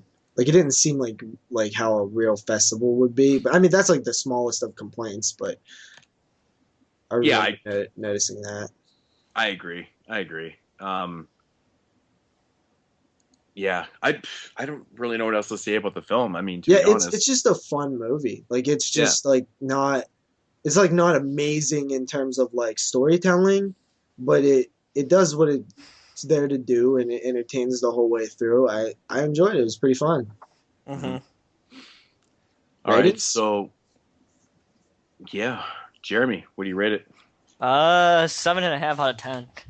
Definitely a lot of fun. I like it a lot. That's why I picked it, obviously.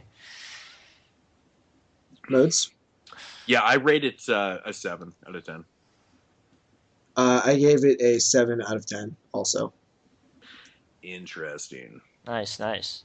So our average would be like a 7.25 or something. Yeah, 7.25. That seems appropriate. All right, so next film that we're going to be talking about is Pieces. JP, this is yours, so you can talk about it. Tell the plot. Jeez, I don't know about this one. Yeah, the plot is very simple. That's what I thought, bitch. Make fun of me. The plot for Pieces is very simple. We have it's kind of like a detective story. We have a killer with chainsaws that is hacking up campus students, and there is some backstory on who the killer is, like at the beginning. Mm-hmm. And it involves a mean mommy who disciplines her child, and he takes revenge. So it is after literally using a nudie puzzle. Yeah, which I've never even seen one of those. I did not know there was nudie puzzles. I mean, I'm sure there is. There's nudie cards and everything else, but I'd never seen one in ever, like not even in a movie. So yeah, it's a very very simple story. It is this like slasher. This is It's shit. This is almost like this, a fucking. this mo- This should have been called like Chainsaw Massacre. Like like this should have had that title. it's funny. A lot of people actually consider this film to be giallo because there's such a detective story to it and stuff, and hence the killer with the gloves and stuff. Would you lump it in there? I generally don't. I never really thought of it as like a true giallo film. I think of it more as a slasher film. The whole time I was watching, that's what I felt though. Like I was like, this reminds me of like a giallo, like what I would think is a giallo, because I've never really it has the in elements. that genre. It has the elements, but it has a lot of elements of being a slasher. I mean, you can go either way on this one. I mean, when people classify it as a giallo, I don't say anything. It's like cool. It totally has all those aspects. Like you said, very simple story. Mother catches fucking little boy putting a nudie puzzle together, and she freaks the fuck out. And little he boy fucking snaps, kills mother. Flash with a forward chainsaw. appropriate amount of years. Kids 40. get picked off. 40 years. Holy shit. Did they actually say that? I must have missed it. Yeah, 1942. The backstory happens and the movie takes place in present day, which is 1982. Hence your 40 years. And basically what it is, it's like it takes place on this college campus.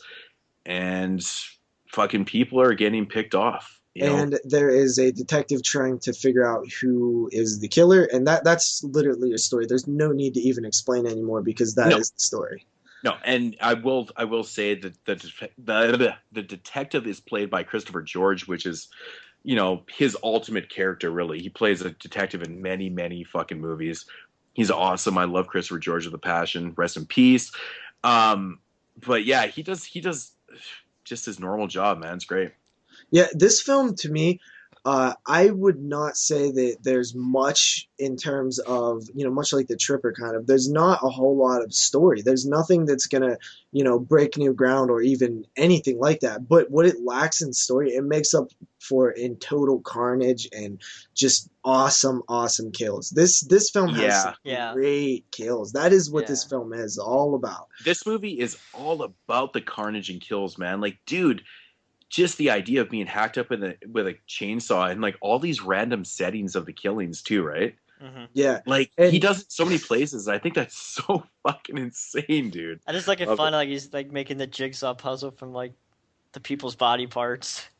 Well, that's one thing though. That's one thing that I noticed about the film is what he's doing. He puts after he kills, he puts more pieces in the puzzle, right? Because he's kind of building. They're trying to create some kind of common thing there, some kind of story device. Does it really work? Maybe, maybe not. It doesn't. It does. It does. Right in the final, like almost in the final scene when something comes out of the closet. I'm not going to give it away, but I mean that's kind of what it's building up to. Yeah. But you can obviously. I mean, you can pretty much predict that. I mean, it's not like it's Yeah, Pieces is a very appropriate title for this film. Not only is it the puzzle, but like just pieces of the bodies and hacking people to pieces. Man, dude, I was really like into this one in terms of like kills. Like it was just everything they was doing. I was all with it. I was like, the waterbed where it's like it's filmed really cool. Actually, man, I would love to hear your opinion. It slows down and it's like you see the blood and the water splash up in the air. It's in slow actually motion. That is cool shit, man. It's actually my favorite kill in the movie, man. Is the waterbed scene. Yeah, mine too. I love when it slows down and he kind of misses her and he pokes the waterbed. Yeah. And then from there on, it's just like it looks like a fucking blood. That's a top 10 all time worthy kill. Oh man, you have to watch Gutterballs then. And then really? Moodz knows my favorite kill from Gutterballs. Oh yeah, that movie has some of the best kills for sure. But yeah, like the end part of that kill is fantastic. Like it just looks so brutal the way he does it, man.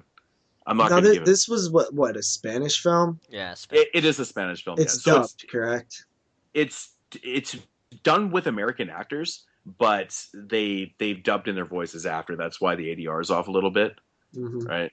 So it's all done with American actors. There was one scene that I felt like very weird. Like it felt, I don't know what word I'm looking for, but it just felt off. And it's when he's stalking a girl, and it has like the band music playing, and I'm just like, this feels like so weird. Yeah, because they're trying to figure out if someone put that shit on as like a, I don't know, I don't know how to say it though. Is that like the scene in the change room? Is that the one you're talking about? Yeah, I think that's the one. And then she takes off after she gets half dressed. Yeah.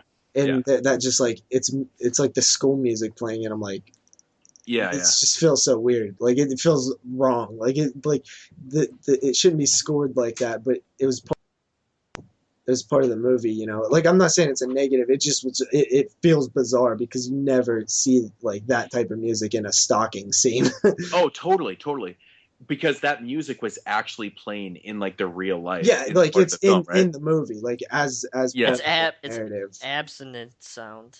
Yeah, because they even talk about it. Hear it. It's like I wonder why my professor didn't use that. That's like a really good example. I gotta like tell him about that between non-diegetic and diegetic sound. Like non-diegetic is things that you hear but the characters can't hear, and diegetic is stuff that the characters, like, have you seen I'm Gonna Get You Sucker? Yeah, like when they're walking down the street with the band playing behind them. Yeah, exactly. Yeah, and that's the thing, because they even acknowledge the fact. They're like, man, like, why is this fucking shit playing? They're like, hey, can you go check to see if the dean's testing out the music system right now and stuff like that. So it made sense why it was playing, but it almost gives you this rare look at something that totally doesn't fit in terms of a normal like scored stock. Mm-hmm. Yeah, and that actually brings me to another point that I had here was the actual score of the film. I thought was used incredible. Mm-hmm. Yeah, I thought the score was awesome throughout the whole film. I thought it was totally perfect for the tone of the film. It wasn't overdone. It just kind of it melds in perfectly. I thought it was awesome, and that kind of brings me into like when they did a lot of shots at nighttime in the film. I thought they were really well done. Dark, really dark, but really well done in that aspect. I thought it was great. Yeah, I loved. That's something that we got away from in modern horror. Is the dark scenes are no longer dark. Like they're not. They actually don't have like true darkness. Yeah. Anymore. Yeah. So yeah, I mean, some great like hacked off arms with chainsaws and shit, dude. Awesome. Just so much carnage. It really is just all about the carnage. There's one character that we haven't brought up in this film, and that's Willard. He's the grounds guy. Is he not the funniest character when he's not even trying to be funny? I mean, dude, he talks all the time with like one open eye. Like he's always kind of like like what the hell's that about? Like that eye isn't lazy, but he just, the way he's always talking and looking at you, he always has this like eye kind of closed. It's fucking hilarious, man. I thought it was so funny. Yeah. I thought he was just a funny character. But there's one part in this film, dude, that completely, I was busting a fucking gut, man. When the Bruce Lee character comes out of nowhere and starts doing some crazy kung fu shit. You guys remember that part? Yeah. Like it's so random, and it's like, oh yeah, that's my kung fu professor, and I'm like, what the fuck? Yeah. Are you serious? Yeah. You know what I thought of? I thought of Cabin Fever with the Pancakes Kid. Okay. That's so funny. Yeah, so and then she's like, "Oh, let me just find my gun." Yeah, totally. Like, there's a couple what the fuck moments in this film, and like the other part with the other young kid that the Christopher George's character was interviewing through the film, or not interviewing, but kind of keeping an eye on. He was like the other, dorky kid or whatever. Yeah. The fuck is his friend's name? The guy with the dark hair. But anyways, he's like at this apartment building talking to, the tennis player or whatever, and kind of starting like this really weird relationship. Like he's like the student and she's like the older tennis teacher and stuff. But then he turns around as he's leaving her apartment, and then he jumps out at him and says Casanova with this weird ass mask. Is that not one of the weirdest parts you've ever seen in a film? But it's funny though. It is funny, but when you think about it, it is so random. Mm-hmm. I always wonder if some of that stuff gets like changed or like slightly altered in dubbing, and it causes it to be like, what the fuck. But the thing is, though, that dorky character who did that whole scene, he had no business being there in the first place. Yeah. That's the weird part about the whole scene, and that's why it's so kind of random. Like, not even kind of random. It is completely random. Like, I think it's so funny, but yeah, I don't know. Pieces is it's definitely it's a great. Yeah, I think it's a great film. I think it's a lot of fun, but I think, to be honest, man, I think the ending of the film is a little anticlimactic. That's just my opinion.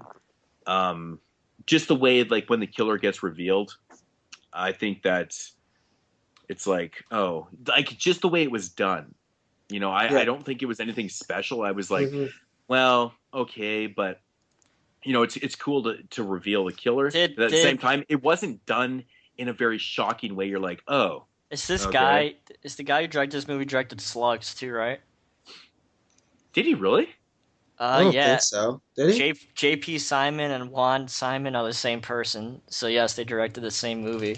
Slugs and Pieces are directed by the same person. Oh, nice. Interesting. Yeah. Slugs is awesome. Do you see a resemblance between the two movies? Like, style-wise? Maybe a little bit. I haven't seen Slugs, so I don't know. Slugs is awesome. I'm just curious. So, yeah, they are completely different, but... This film is totally... If you're looking for, like, a good, flowing, strong story, this is not the film to look to. If you're looking for a good, solid detective story, good acting, good characters, any of that, you're looking in the wrong place. But it definitely is a lot of fun. And that's, I think, what matters most with a film like this. It's a lot of fun kills, a lot of, like Moodz said, like, what the fuck moments. Actually filmed pretty damn well. Some, great kill sequences, and I don't mean the actual kill. I mean, like, the stock, the actual art of the killing, the way that it's filmed. All of that stuff is very, very top notch. Yeah. I just realized that Joe D'Amato had a part in this film as a writer. That's fucking insane. Yeah, really bloody, really fucking bloody. I like how they did this film. It was good. It's pretty much all I have to say about Pieces. Yeah. So ratings, guys? I actually gave Pieces a 7.5 out of 10. Exactly what I gave it, 7.5 out of 10. It's so funny how much we disagree on films, JP, but then when it comes down to something that we do like, we give it the same rating. I gave it 7.5 too. It's exactly what I gave it. Very interesting. All right, so the final film of this marathon show is John Carpenter's The Fog. Jonathan Carpenter. Jonathan Carpenter, not Wesley Craven. All right, Moodz, you want to tell the story on this one? Oh, how do I even want to start telling the story of this one? Well, should we start? I guess basically you could just tell, like, the opening scene is the story. Well, you know what? Fuck it. I'm just gonna read it right off here. Yeah, do that. Well, maybe I will, because then we could just fill in the gaps as we go. Okay. The cemetery of a small sea town of Antonio Bay, California, is approaching. The centennial. God damn it! I can't fucking talk. Centennial. Centennial. The 100-year anniversary. Centennial. Right. Yes. I don't know if you have those up there in Canada, or you're just like. Yeah. Centennial. You say it all Frenchy. Fuck, maybe, I don't know. Because you're Quebecian. 100 years ago, the wealthy leper Blake bought the clipper ship Elizabeth Dane and sailed with his people to form a leper colony. However, the sailing through the thick fog, they were deliberately misguided by a campfire on shore, steering the course of the ship towards the light and crashing her against the rocks. While the townsfolk prepare to celebrate the victims of this heinous crime that the town's founding fathers committed rise from the sea to claim retribution. Under cover of the fog, they carry out their vicious attacks, searching for what is rightly theirs. And that's actually a really great description for the film. Yeah. In my opinion, I'm just going to state off right off the bat. I think the opening scene in the fog is one of my favorite opening scenes ever in a film. Really? I absolutely love the fucking story that is told. I think it's so believable. The atmosphere is amazing. And the story is so basic and so damn cool. It's your very typical kind of perfect story that you could tell to 7-8-year-old kids that are sitting there listening to the story. Mm-hmm. I think it's fantastic, and it really, really does fucking work, and it sets the whole tone for the film. One of the things that I'll say right off the bat, one of the things I like about The Fog is, there's two main things that I think really help this film. One is the locations. All the different locations that we hop around to, and I forget the town's name, but we travel to different places. And that kind of relates to the other thing, is there's a lot of things happening. It feels like there's a lot of stories going on, a lot of different characters we're flashing to, and each of those characters... What's up? Spivey Point. Well, that's the like lighthouse area, I think. But the actually... The town's like Santa something or something like that. Oh, yeah, okay. Yeah, I'm thinking, yeah. Okay. Yeah, so, I mean, I really like how we're following the Stevie whatever, the radio DJ. Stevie and Wayne.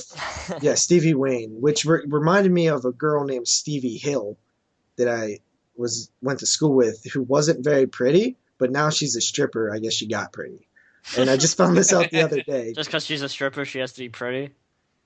Aren't there ugly strippers? Yeah, God, but I mean, no, there are. Trust me. But anyway, JP knows from experience. I've been to a strip club one time. It's a hell of a story. I'll have to tell it to you guys sometime. Okay. It involves a police chase. Ooh. So yeah. Anyway. Can I see it on Cops? No. Damn it. Because on Cops, they never get away. Yeah. Oh, you got away. So, I like the location, man. These locations are top, and man, Carpenter does that all the time in his films. Got some great Dean Cundey cinematography. It really is one of the most beautiful films I've seen. Especially on Blu-ray. Oh my god. I love the locations of this film, the coastlines, the lighthouse, even the interior stuff like this store and the church with the fog coming in and the lighting. It's all great. Mm-hmm. That was one thing I always loved about this film, is how the fog looks. I don't know how long it took them to fucking do all that lighting. The lighting is such a pain. That's probably the hardest thing of film, is getting the lighting right and the sound. But lighting, I cannot imagine how long that fucking took to do, to get it to look like that. Especially when you're dealing with a bunch of fog. Yeah. Where everything has to be just perfect. Mm-hmm. So well done. Yeah. So well done in that film. I especially love the scene where, basically the last scene in the film, where the priest is in the church, and then the fog starts coming through the bottom of the door. It just oh man, it's so thick and quick, and I love that, man. Doesn't it feel like there's a lot going on, though? Honestly, I don't. I mean, really, yeah. I mean, you have Janet Leigh's character, which is with Annie Brackett. Yep. She's fucking coordinating this 100-year anniversary party and stuff like that. So you got that thing going on. And then you have the priest who's found the dirty secret of the town. Then you have Tommy mother effing Atkins without a mustache. Sleeping with Jamie Lee. And what's funny? He's investigating the seagrass that's went missing. Yeah. Did you notice though? When he picks her up, they're listening to the radio, and she's like, "It's 12:15 or something, join me till 1 a.m. 1 a.m." And then when it flashes to them after they had sex, he got her in the car all the way home, nailed her, and it just turned 1 a.m. Nice. That is Tommy Atkins for you guys. Tommy Atkins. Yes. Yeah, you and names. But I think all the elements of this film are very well done, though. I think you need that pre-story. Yeah, and that's not even all of it. You know, you have Stevie who's trying to get her, little kid and stuff. And I love that radio angle where it feels like this little town. I love how this little town was created because it feels like everybody's so close with everybody's listening to the local radio station. And it just seems like there's radio. Everybody has the radio on. It just feels like that's what they do. Like that's part of their living. And I can totally 100% relate to that. Doing radio for so long, that her on the radio and that smooth ass voice and just cutting in and out, and oh, dude, it just, I can relate. I love it so much, man. It's so fucking cool, man. Every aspect of this film, I think, is perfectly executed. I think it's fantastic. I think one of the most interesting scenes in the film is when Jamie Lee's character is inside the morgue. Mm-hmm. And then you got that fucking, the corpse that kind of gets up and kind of comes at her and shit. Isn't that just such a weird fucking scene? What are your guys' thoughts on that scene? Jeremy? Nobody has any thoughts on that? Sorry, I'm spacing out. What scene? Just a little. It is like 3 a.m. and we've been here on the East Coast. Yeah, it's 2 here. Not like Mr. Moodz. It's fucking midnight. Sorry, guys. Okay, well, I guess you guys could blame me for talking about Sean Cunningham for an hour. What's the question? Sorry. It's the scene where Jamie Lee is in the morgue, and Tom Atkins is out talking to his buddy, who's the coroner and stuff, and she's standing in there, and she's got her back turned, and all of a sudden this fucking one of the bodies from the seagrass gets up and starts walking towards her and just kind of collapses and shit. I always found that scene to be so fucking bizarre. Mm-hmm. I thought it was shot like, I think that's like the main thing that we're talking about like a lot in this film. It's the way it was shot. That sequence is an interesting shot sequence. Like, what do you find out of it? I find it odd because it's like it kind of I don't know, man. I guess the mythology behind what's going on there, are these fucking zombies? Are they ghosts? Mm-hmm. Both? Or, what's going on? Like that scene always kind of stood in my mind as they're like Scooby-Doo villains. Like Scooby-Doo villains? Yeah, don't they kind of remind you of that, man? I never really pirate ghost. I never really saw them as zombies though. I always thought of them as ghosts. But that's the thing. I think it's like a combination. Like they're supposed to be, I don't know, like ghosts coming out of the fog and stuff, but they are quite clearly in the physical though because of what they can do, right? Like a ghost generally can't grab somebody or grab something physical and decapitate you. It depends. It kind of depends what world you're in. Like if you look at the entity, you can't see it, but it could grab you. Yeah, it could rape you. But that's what I love about this film is that it's such a mystery of what exactly are these things. I mean, we obviously know it's a revenge story. It's basically what it is. Like they're back there to to claim something and get back at the people, blah blah blah. We know this, but exactly what they are, and I love that mystery of the film. It's so beautifully executed, man. Every scene with the fog in the light towers. I love the scene where the guy, the dude. I can't remember his name. I always forget his fucking name. The guy that always phones Adrian Barbeau's character. Stevie Wayne. And yeah, I know who you're talking about. Dan or something, maybe. Yeah, and like that scene where he's just like, he's kind of being like, nothing's gonna fucking get me. He's not even saying nothing's gonna get me, but that something's gonna happen right there. Of course, anybody that says that, it's gonna happen. Did you guys see John Carpenter's cameo at the beginning? Yeah, Bennett. Yeah. I always remember the name Bennett, man. It's so funny. Yeah. Bennett's like such a funny name. I always remember Bennett too, like Bennett Brower when Chris Farley used to play him on Saturday Night Live. I always remember that name. It's such like a weird name. But I don't know what else do you guys have. I mean, to me, I think this movie is almost perfect. Like really? I don't have anything that I can say bad about the film. Like I've watched this movie so many times, and I just I want to ask. I want to ask JP something. Yeah. Do you find this film better than Christine? I know how much you like Christine, so that's why I'm asking. I think maybe slightly better. Mm-hmm. Okay, so JP, what are your thoughts on this one?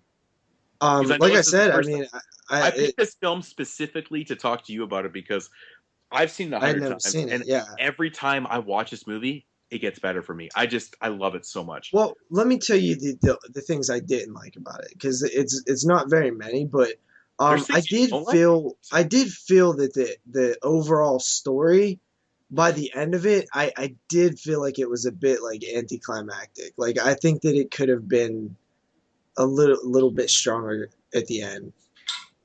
Really? Yeah. But they just wanted their fucking goddamn gold back, man. I know, but it's I was watching. I was like, okay, oh look, it's Warwick Davis, even though this was like 14 years before Leprechaun, 13 years. I was just like, I don't know. I was expecting like more of a fight or something. Like I was expecting more of like once they like really showed up, like I was expecting them to just like tear shit up or something. I don't know. But why does every movie have to be like that though? I don't think. Yeah. I think it works perfectly because it kind of keeps that settled tone going throughout the whole thing, right to the end. Like it doesn't go up to this level. It doesn't go from like like an 8 to like a fucking 26. It's like it just kind of, I don't know why I use those numbers. That was weird. That's all right. We get it. But you know what I'm saying? Like it doesn't shoot the fuck up, and it kind of keeps that natural tone, but you understand it, and I fucking love the tone of this film, man. I think it's just great. Yeah, I just don't feel like that was, I don't know, man. I felt like it was building to something and it never really got there. Maybe I was just looking at it wrong. It just felt like there was this slow build that I was expecting I was kind of expecting it to kind of escalate, because it's just it's a slow, steady build. Like you kind of expect, like just from previous experiences, you kind of expect for maybe a little bit more at the end. Also, I thought that it was a little too easy. It's like they wanted their gold back. Well, they still like fucking ruined their lives and like killed them all. Like, I mean, I kind of get it. The ghost can't rest until it gets what belongs to them or whatever, Yeah. That kind of felt a bit like, I'm trying to think back though, because it feels like a bit overdone, but I don't know if it was at the time. That's what I'm saying. That's what I'm saying. I'm trying to think about have I seen a bunch of stuff like that beforehand? But honestly, I think this might have something to do with you watching it for the first time, right? Yeah, probably. That's what I'm saying. If you watched this movie 15 years ago, I think you would have been like, oh, god damn it, man. That's pretty fucking cool.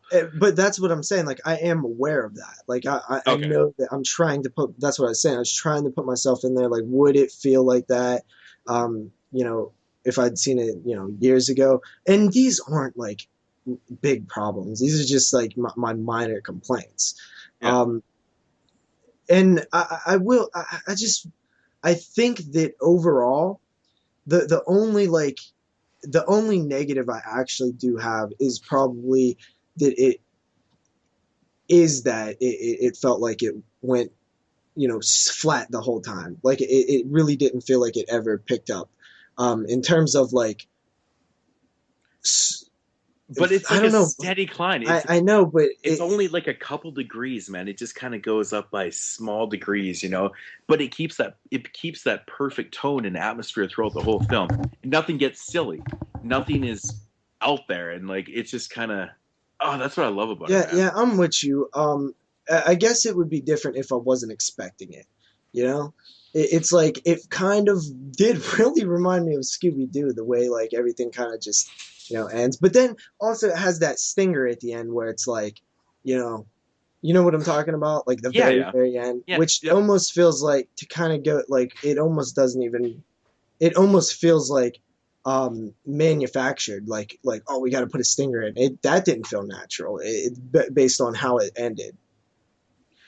Well, I think, without giving too much away, I think the reason why that's thrown in there is because I think that the people, or the zombie ghosts or whatever, I think they feel that they need to, for them to rest, I think they need to settle a score with that person. Yeah. I don't want to give away, but I think I think that since he is responsible for, where, oh my God, I'm just beating around the church. I think that, the way it goes down, I think that's he was how like they, his descendant was directly the one that, exactly. okay, yeah, I got you.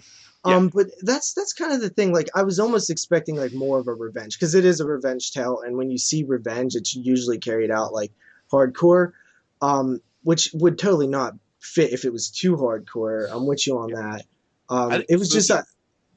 It's just so about the characters and the atmosphere and stuff, and just kind of like, you really kind of, you feel for everybody in this, like even the smaller characters, like the dude in the lighthouse, man, like he doesn't have the biggest role in the film. Everybody's likable. I do. That's the thing. And like, and dude, his demise, man, you're like, oh fuck, man, like, but it kind of adds to it though. Like, you don't know him for that long, but he has this awesome rapport with what the fuck's it, Stevie Wayne, and I like that. I think John Carpenter captured that so great with those characters. They don't need to be in the film that much, but when they are, I'm totally with you on that.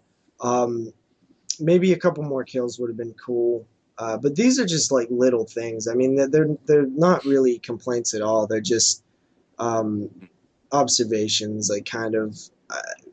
Maybe not. Maybe I'm very satisfied with the film. I wouldn't change much. I probably wouldn't change anything actually, but I'm still curious. Like, what if there was like this or that? Like would it have hurt it or help it? So, what are your favorite scenes in the film? Like, one of my favorite scenes actually is when. Honestly, my favorite scenes are scenes where there's like not much going on. Like, I love the scene where we see Stevie driving to the lighthouse, parking, and then walking down the ladder, just because how beautiful it looks. Dude, isn't that fucking insane? Because I've thought about this a million times, because I'm like, could you imagine having to do that walk every day to and from? Yeah.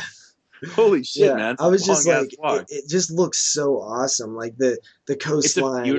It's a beautiful, beautiful California setting, man. I think it's like the most best, like, most best. Shut up. I'm sorry. I had to correct that. I'm sorry. It was just me busting your balls. I don't really give a fuck. But no, yeah, I mean, it's a great set. It really is. So many like awesome things, and to be honest, like those complaints that I had, they're really nothing. Like they're probably unwarranted almost. Like, I think it was just kind of more me just looking at it and saying like, well, what if this?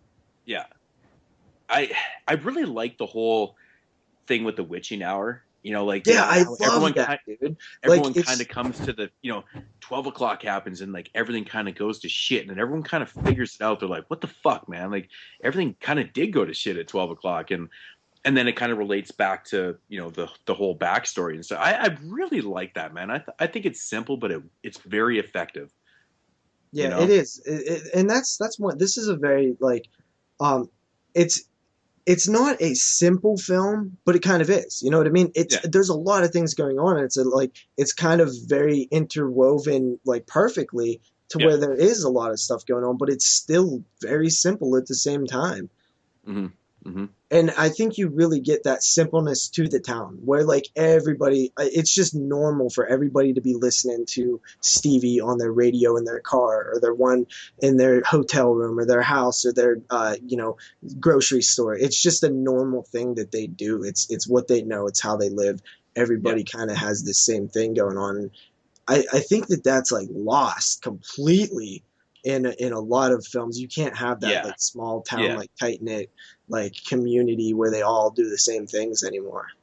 I mean, we can sit here and talk about how well the cinematography was, and how well John Carpenter directed the film, and I think the writing is brilliant and too. And the blues, I love the blues. Yeah, the colors and the lighting, everything about this film is really well done. But we can't forget about how fucking awesome the score is in this film. Yeah. The score is used so perfectly, and it's so fitting to the atmosphere, man. I think it's one of those scores that just, oh, dude, every time I hear it, I just want to hear more, man. I love it. I think it's so perfect. These are the films where John is like at his absolute best. Yeah, that's why I always said The Fog is up there for, I think one of his best films all around. And I don't know, man. Are you like, do you want to watch it again right away? Because even me talking about it, I just want to put it on. Like, I love this movie. I I've wouldn't watched this mind movie listening to like a commentary track. It'd be interesting. It does have one on the Scream Factory release with John Carpenter.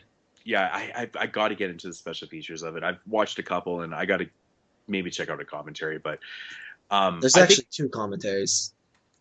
Actually, yeah, you're right. There is two. I will say that honestly, it's what I was saying. You're actually right. And the more I think about it, it was the right choice was to keep it like that simple, steady pulse throughout.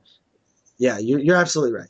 Well, that's interesting you brought that up because I was just ready to say about, how simple it is and the structure of the film, but I think the way that is developed, it keeps the most perfect pacing going because it has. It's a fantastically paced movie. Like I said from the very beginning, how it jumps around to all the different characters is so fun. Exactly, and it's done so perfectly. It kind of keeps that same momentum throughout the film, and it just creates that awesome tone, and it keeps it throughout the whole film. And it's hard to do, I think he did it perfectly. I just keep picturing like these key locations, like the lighthouse and the town and the church, and I picture these long stretches of roadway in between the areas. Mm-hmm. Mm-hmm. He really does paint a fantastic picture of this town. Oh, big time, big time. Did you notice in the film that Janet Leigh and Jamie Lee don't have any scenes together? I did notice it. I thought that was cool. Yeah, they're not in any scenes. So, once again, I got to give it up to my man Tom. Oh, so dude, I love me some Tom Atkins. Man, that dude Tom Atkins is just so good. One of the coolest guys on the planet. One of my favorite scenes in the film is when Tom Atkins goes onto the the seagrass and they're kind of investigating what the hell's going on and shit like that, and then I think it's pretty cool what happens on there and stuff, but. Mm-hmm. Just his investigation, the way he's talking, and he's just so damn believable. He's very concerned. I like when he calls in to Stevie and stuff. Like, man, I could just listen to him talk. Yeah, totally. Like, you don't know me, but I'm the guy that found the seagrass, and I think that's so damn cool, man. Yeah. And you know what, man? Honestly, I never thought I'd say this, but he does pretty damn well without his mustache. He can do without it. Like, that mustache is kind of him. So it's like, I was like, whoa, Tommy without a mustache. This is pretty crazy. My mind was almost blown. Nice. So, Jeremy, you got anything else to add to The Fog? Not really. I think we're on. So what would you rate it then, Jeremy?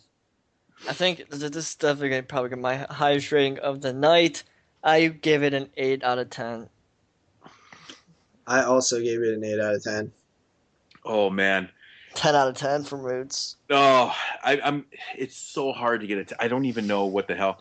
Even though I said I find nothing wrong with this film, I am going to give it a 9.5. It's like one of my, I love this film. And I was thinking about this about a week ago when I did my top 30, and I was like, how the hell did this film not make it on my list? Did Halloween make your top 30? Yeah. Oh, yeah. Did The Thing? Yeah. So this wouldn't be your... This would be like your third favorite Carpenter film? No, the thing is, all those films are almost exact same rating for me. It's weird. Like, I have a hard time with a 10 out of 10. I don't even... Is Dawn of the Dead a 10? For me, it is. That's one of the only films that I ever considered to be one, because it's like my all-time favorite, and I think it just has to be like that. But I think it's perfect. Yeah. So I mean, I could probably, I don't know, but I think this movie is just I was so excited. I'm so glad that you really enjoyed it though, because I didn't think you were nervous. Was you like, oh no, he's not gonna like it? No. I mean, I didn't think for a second you weren't going to, but I'm glad that you kind of saw my points and we pointed out some good things. And I picked up some of the shit that you was thinking too. Yeah, exactly. Yeah. So The Fog is yes, it is a great movie. I will tell you though, man, this movie is one that you can watch over and over again. I think the more you watch it, the more you might actually even like it. Your rating might even go up. Definitely I'll probably pick up more on, just certain scenes where you really, the more you see stuff, the more you can see it, right? The more you see stuff, the more you can see it and see what's, the full scope of things. So yeah, I mean, totally. It'll probably be one that grows and grows on me. Like Halloween, I didn't love Halloween for the longest time. Wow. Crazy. But, I've heard a lot of people say that, and it kind of grew on them too, and, it's interesting. I didn't grow up with it. I just didn't watch it until, like, middle school. Wow. It was kind of one of those movies for me that was always there. I remember watching Halloween as such a young kid, and that fucking score, dude, being embedded in my mind. Like I said, my music background, man, when I hear music, I just can't. It's just, it has a different place in my mind. So, but yeah. Is that it? Anything else? No, I think that's it. Okay. All right, everyone.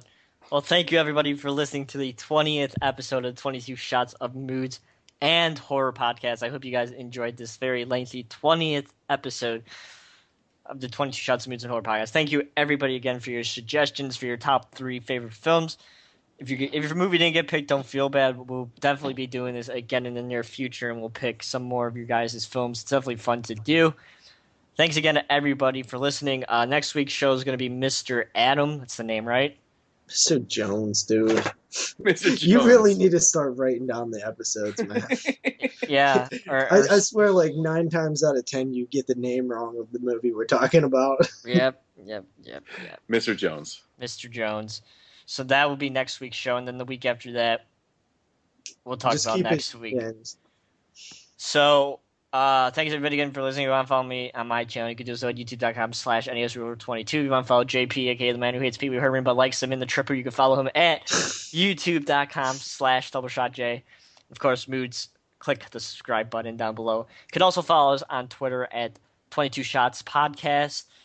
We are on there all the time. Thanks to everybody who's been following us over on Twitter. That's very awesome of you. We definitely have quite a few followers over there. And if you want to email us any questions or anything like that, you could do so at the 22 Shots of Moods and Horror at gmail.com. That's 22 Shots of Moods and Horror at gmail.com. If you want to listen to us on thedevilseyes.com, please do so www.thedevilseyes.com, and I shall be posting a new Blu-ray review up there probably tomorrow of ATM, so if you guys want to read some of my writing, you can do so over there. That should be it. I hope everyone has a safe week, and everyone have a safe Memorial Day, Friday and Saturday and Sunday, and we'll talk to you guys next Monday. Everybody stay good. Talk to you guys soon. Peace. Peace.